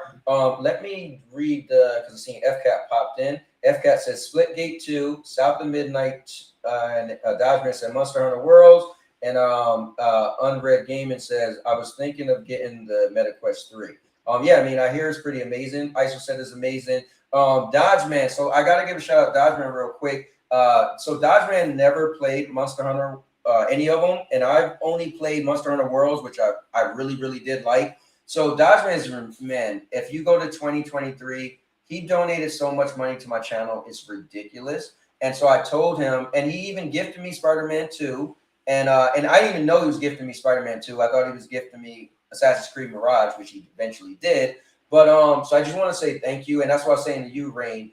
People want to do things because they like you, right? And Purple, I brought you up earlier. And I said that because Rain was like, any money I get, I'm going to put back into it. And I said, you can. I said, Purple does a great job at saying, listen, the money's going to go back. I'm going to do raffles and stuff. But what I was saying to him was, the people who watch really don't care. If we're being honest, they like you and they're donating money for you. And it's great to say, I'm going to put it back in it. But what I was making the distinction is you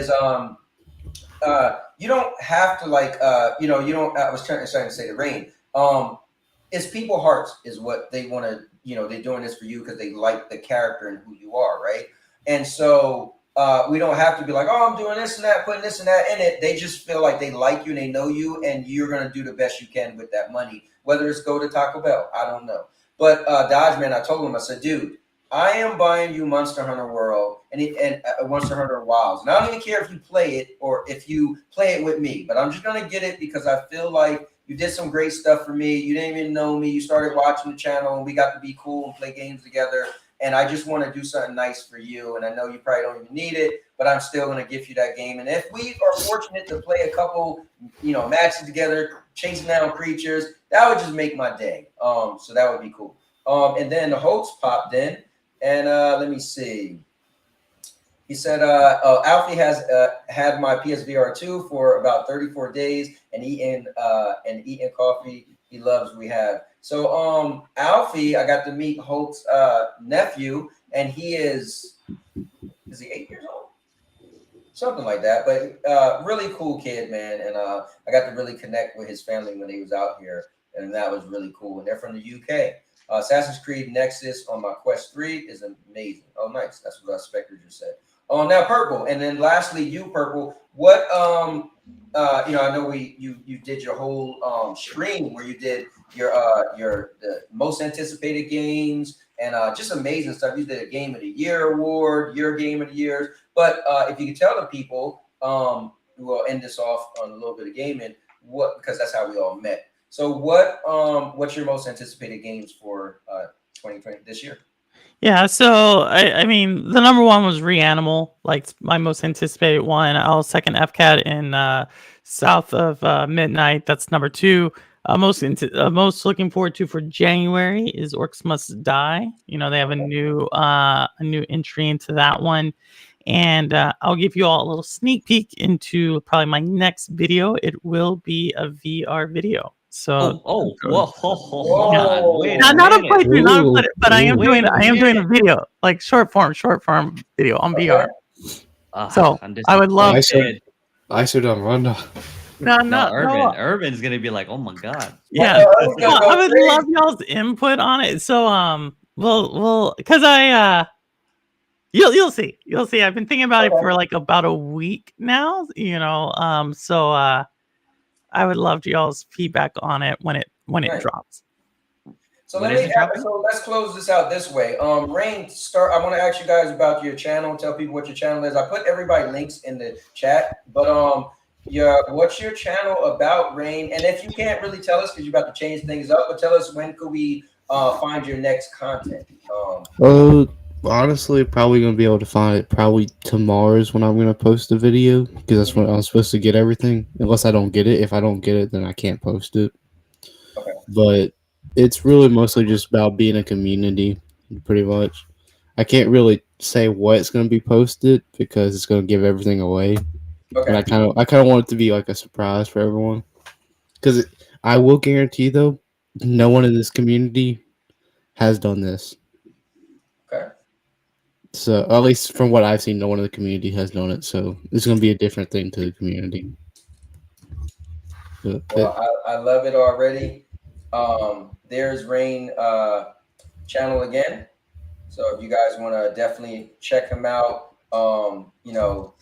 good dude, man. I'm glad I got to meet you through your uncle, and we've been having just a blast, knowing each other, playing Wednesdays every Wednesday. Rain is cool. He 1v1 champion for 12 weeks now, so nobody has been able to beat him. And the Bio, you guys remember Bio in the community? He did 16 weeks. So Rain is on track to beat that 16 weeks. So we'll see if that happens. And also, it's cool, man. I can't wait to meet you. I know you guys live about 8 hours from me. You invited me to your graduation, which is May 24th. And, I can't wait to meet you guys. We're going to have a video and everything, and it's going to be cool. So it's just cool to people you meet in these communities and stuff. So just thank you for being a friend. I appreciate it. Cool. And because of you, we're doing the stream today. So ISO, give us your, when's your next video coming out? Your, and a little bit about your channel for the people who don't know you. So finally, I can confidently say my channel is about VR. I play a lot of different types of VR games. Really big into VR shooters, but VR regardless. I do a lot of live streams for playthroughs. So right now I'm playing the Half-Life Alyx 2, the VR mod version of the game. I'm on my third playthrough. But the next video will be the fourth. I'll probably go live today or tomorrow, most likely today. So if you guys want to check it out. And of course, I do have some uploaded content that you guys can also see. I actually put a video live earlier as we were doing this. So it's with Assault VR. What is it called?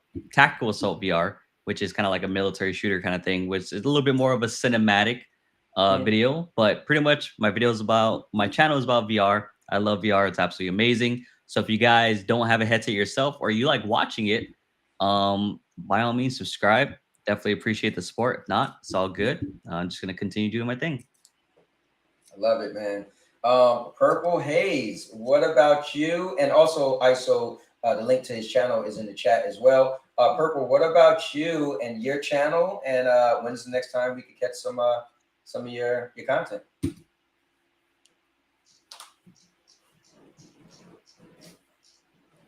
Oh wait, in Purple, let me go look.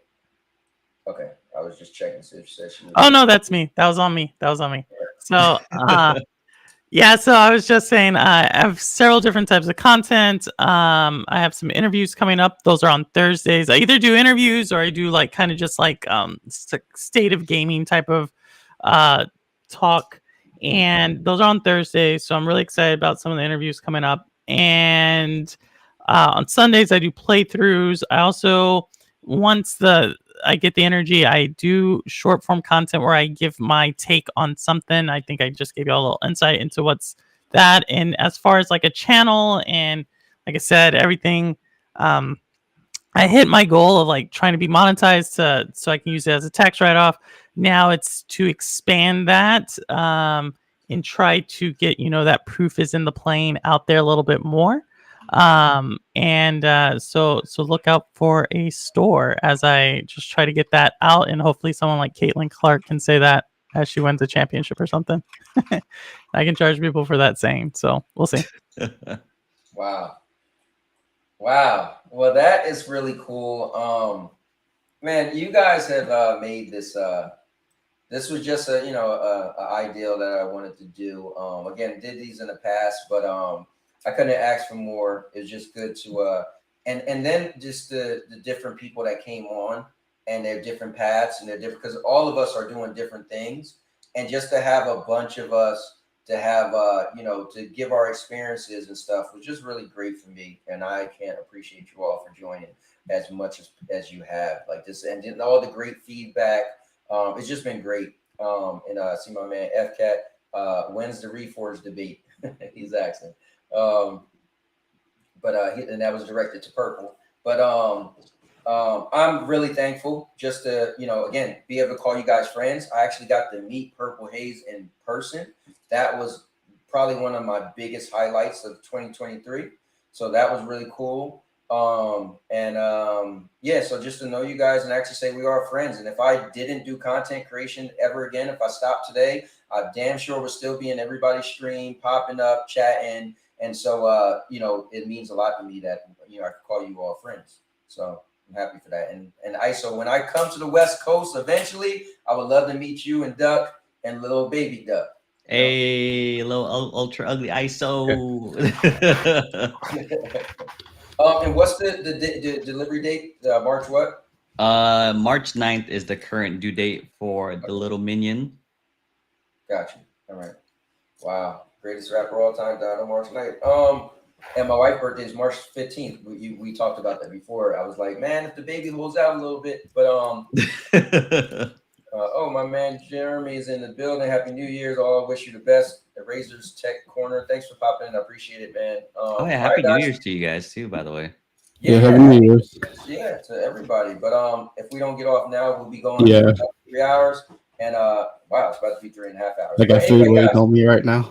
I know. Well, thanks for popping in. Appreciate it, guys. I can't ask for much more. Myself, I put out a video a day. So you get daily vlogs, pretty much just me and my life, and whether I'm going out to eat or the pool's gonna be open soon, we'll be swimming, and just whatever I could think of. I love to vlog it. My daughter is coming to visit me next week, so definitely have a lot of stuff with her and baby, one of my granddaughters.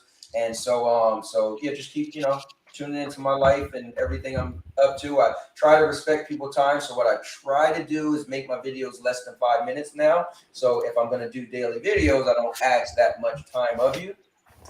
If it's longer than 5 minutes, trust me, I felt I couldn't edit enough to get rid of stuff. So I actually got something cool. So probably my video tomorrow, give you guys a little insight. I work from home, and my job sends me stuff to use, but I bought this, which is a wireless headset, because the one they give you is a wired one, and I had it for over a year, and it's kind of messed up. So I just got this in the mail the other day, and I'll say this. It's pretty amazing. You could use it for gaming as well as office stuff. It's really nice, and so you guys got to check that out. So it's a review, but it's still me vlogging because it's my real world experience because I'm walking around my house and blah. And then on Tuesdays at 7 p.m., my new podcast, just Anthony L. Lewis and you epic people. I just wanted to do something where I just turn the camera on and just chat with you guys, and we'll see wherever it goes. And then Wednesdays, you can see me and this guy next to me, Rain, for We Wrestle Wednesdays. And it's pretty much just us playing a wrestling game. We have 11 championships, so it's a total of 12 matches.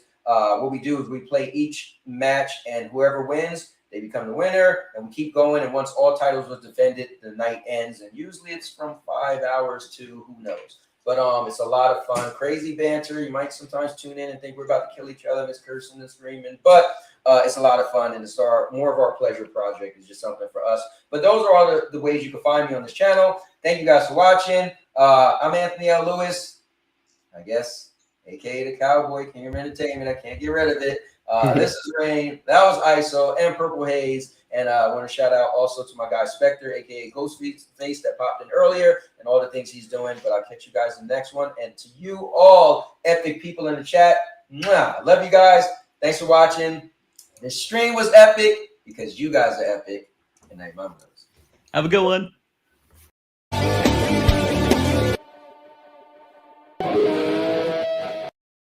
Welcome to Anthony L. Lewis Entertainment, where everything is in real life, no characters, no filters, just Anthony L. Lewis. What to expect is me meeting people, going to different places, and checking out a bunch of different things, be it movies, restaurants, or anything else. Oh, and one of my favorite hobbies are video games, so I guess we'll be doing some of that too. Well, I'll see you all in the next video, and I hope you guys like, comment, and subscribe, and share this to some more people so they can get in on this Anthony L. Lewis Epic Entertainment.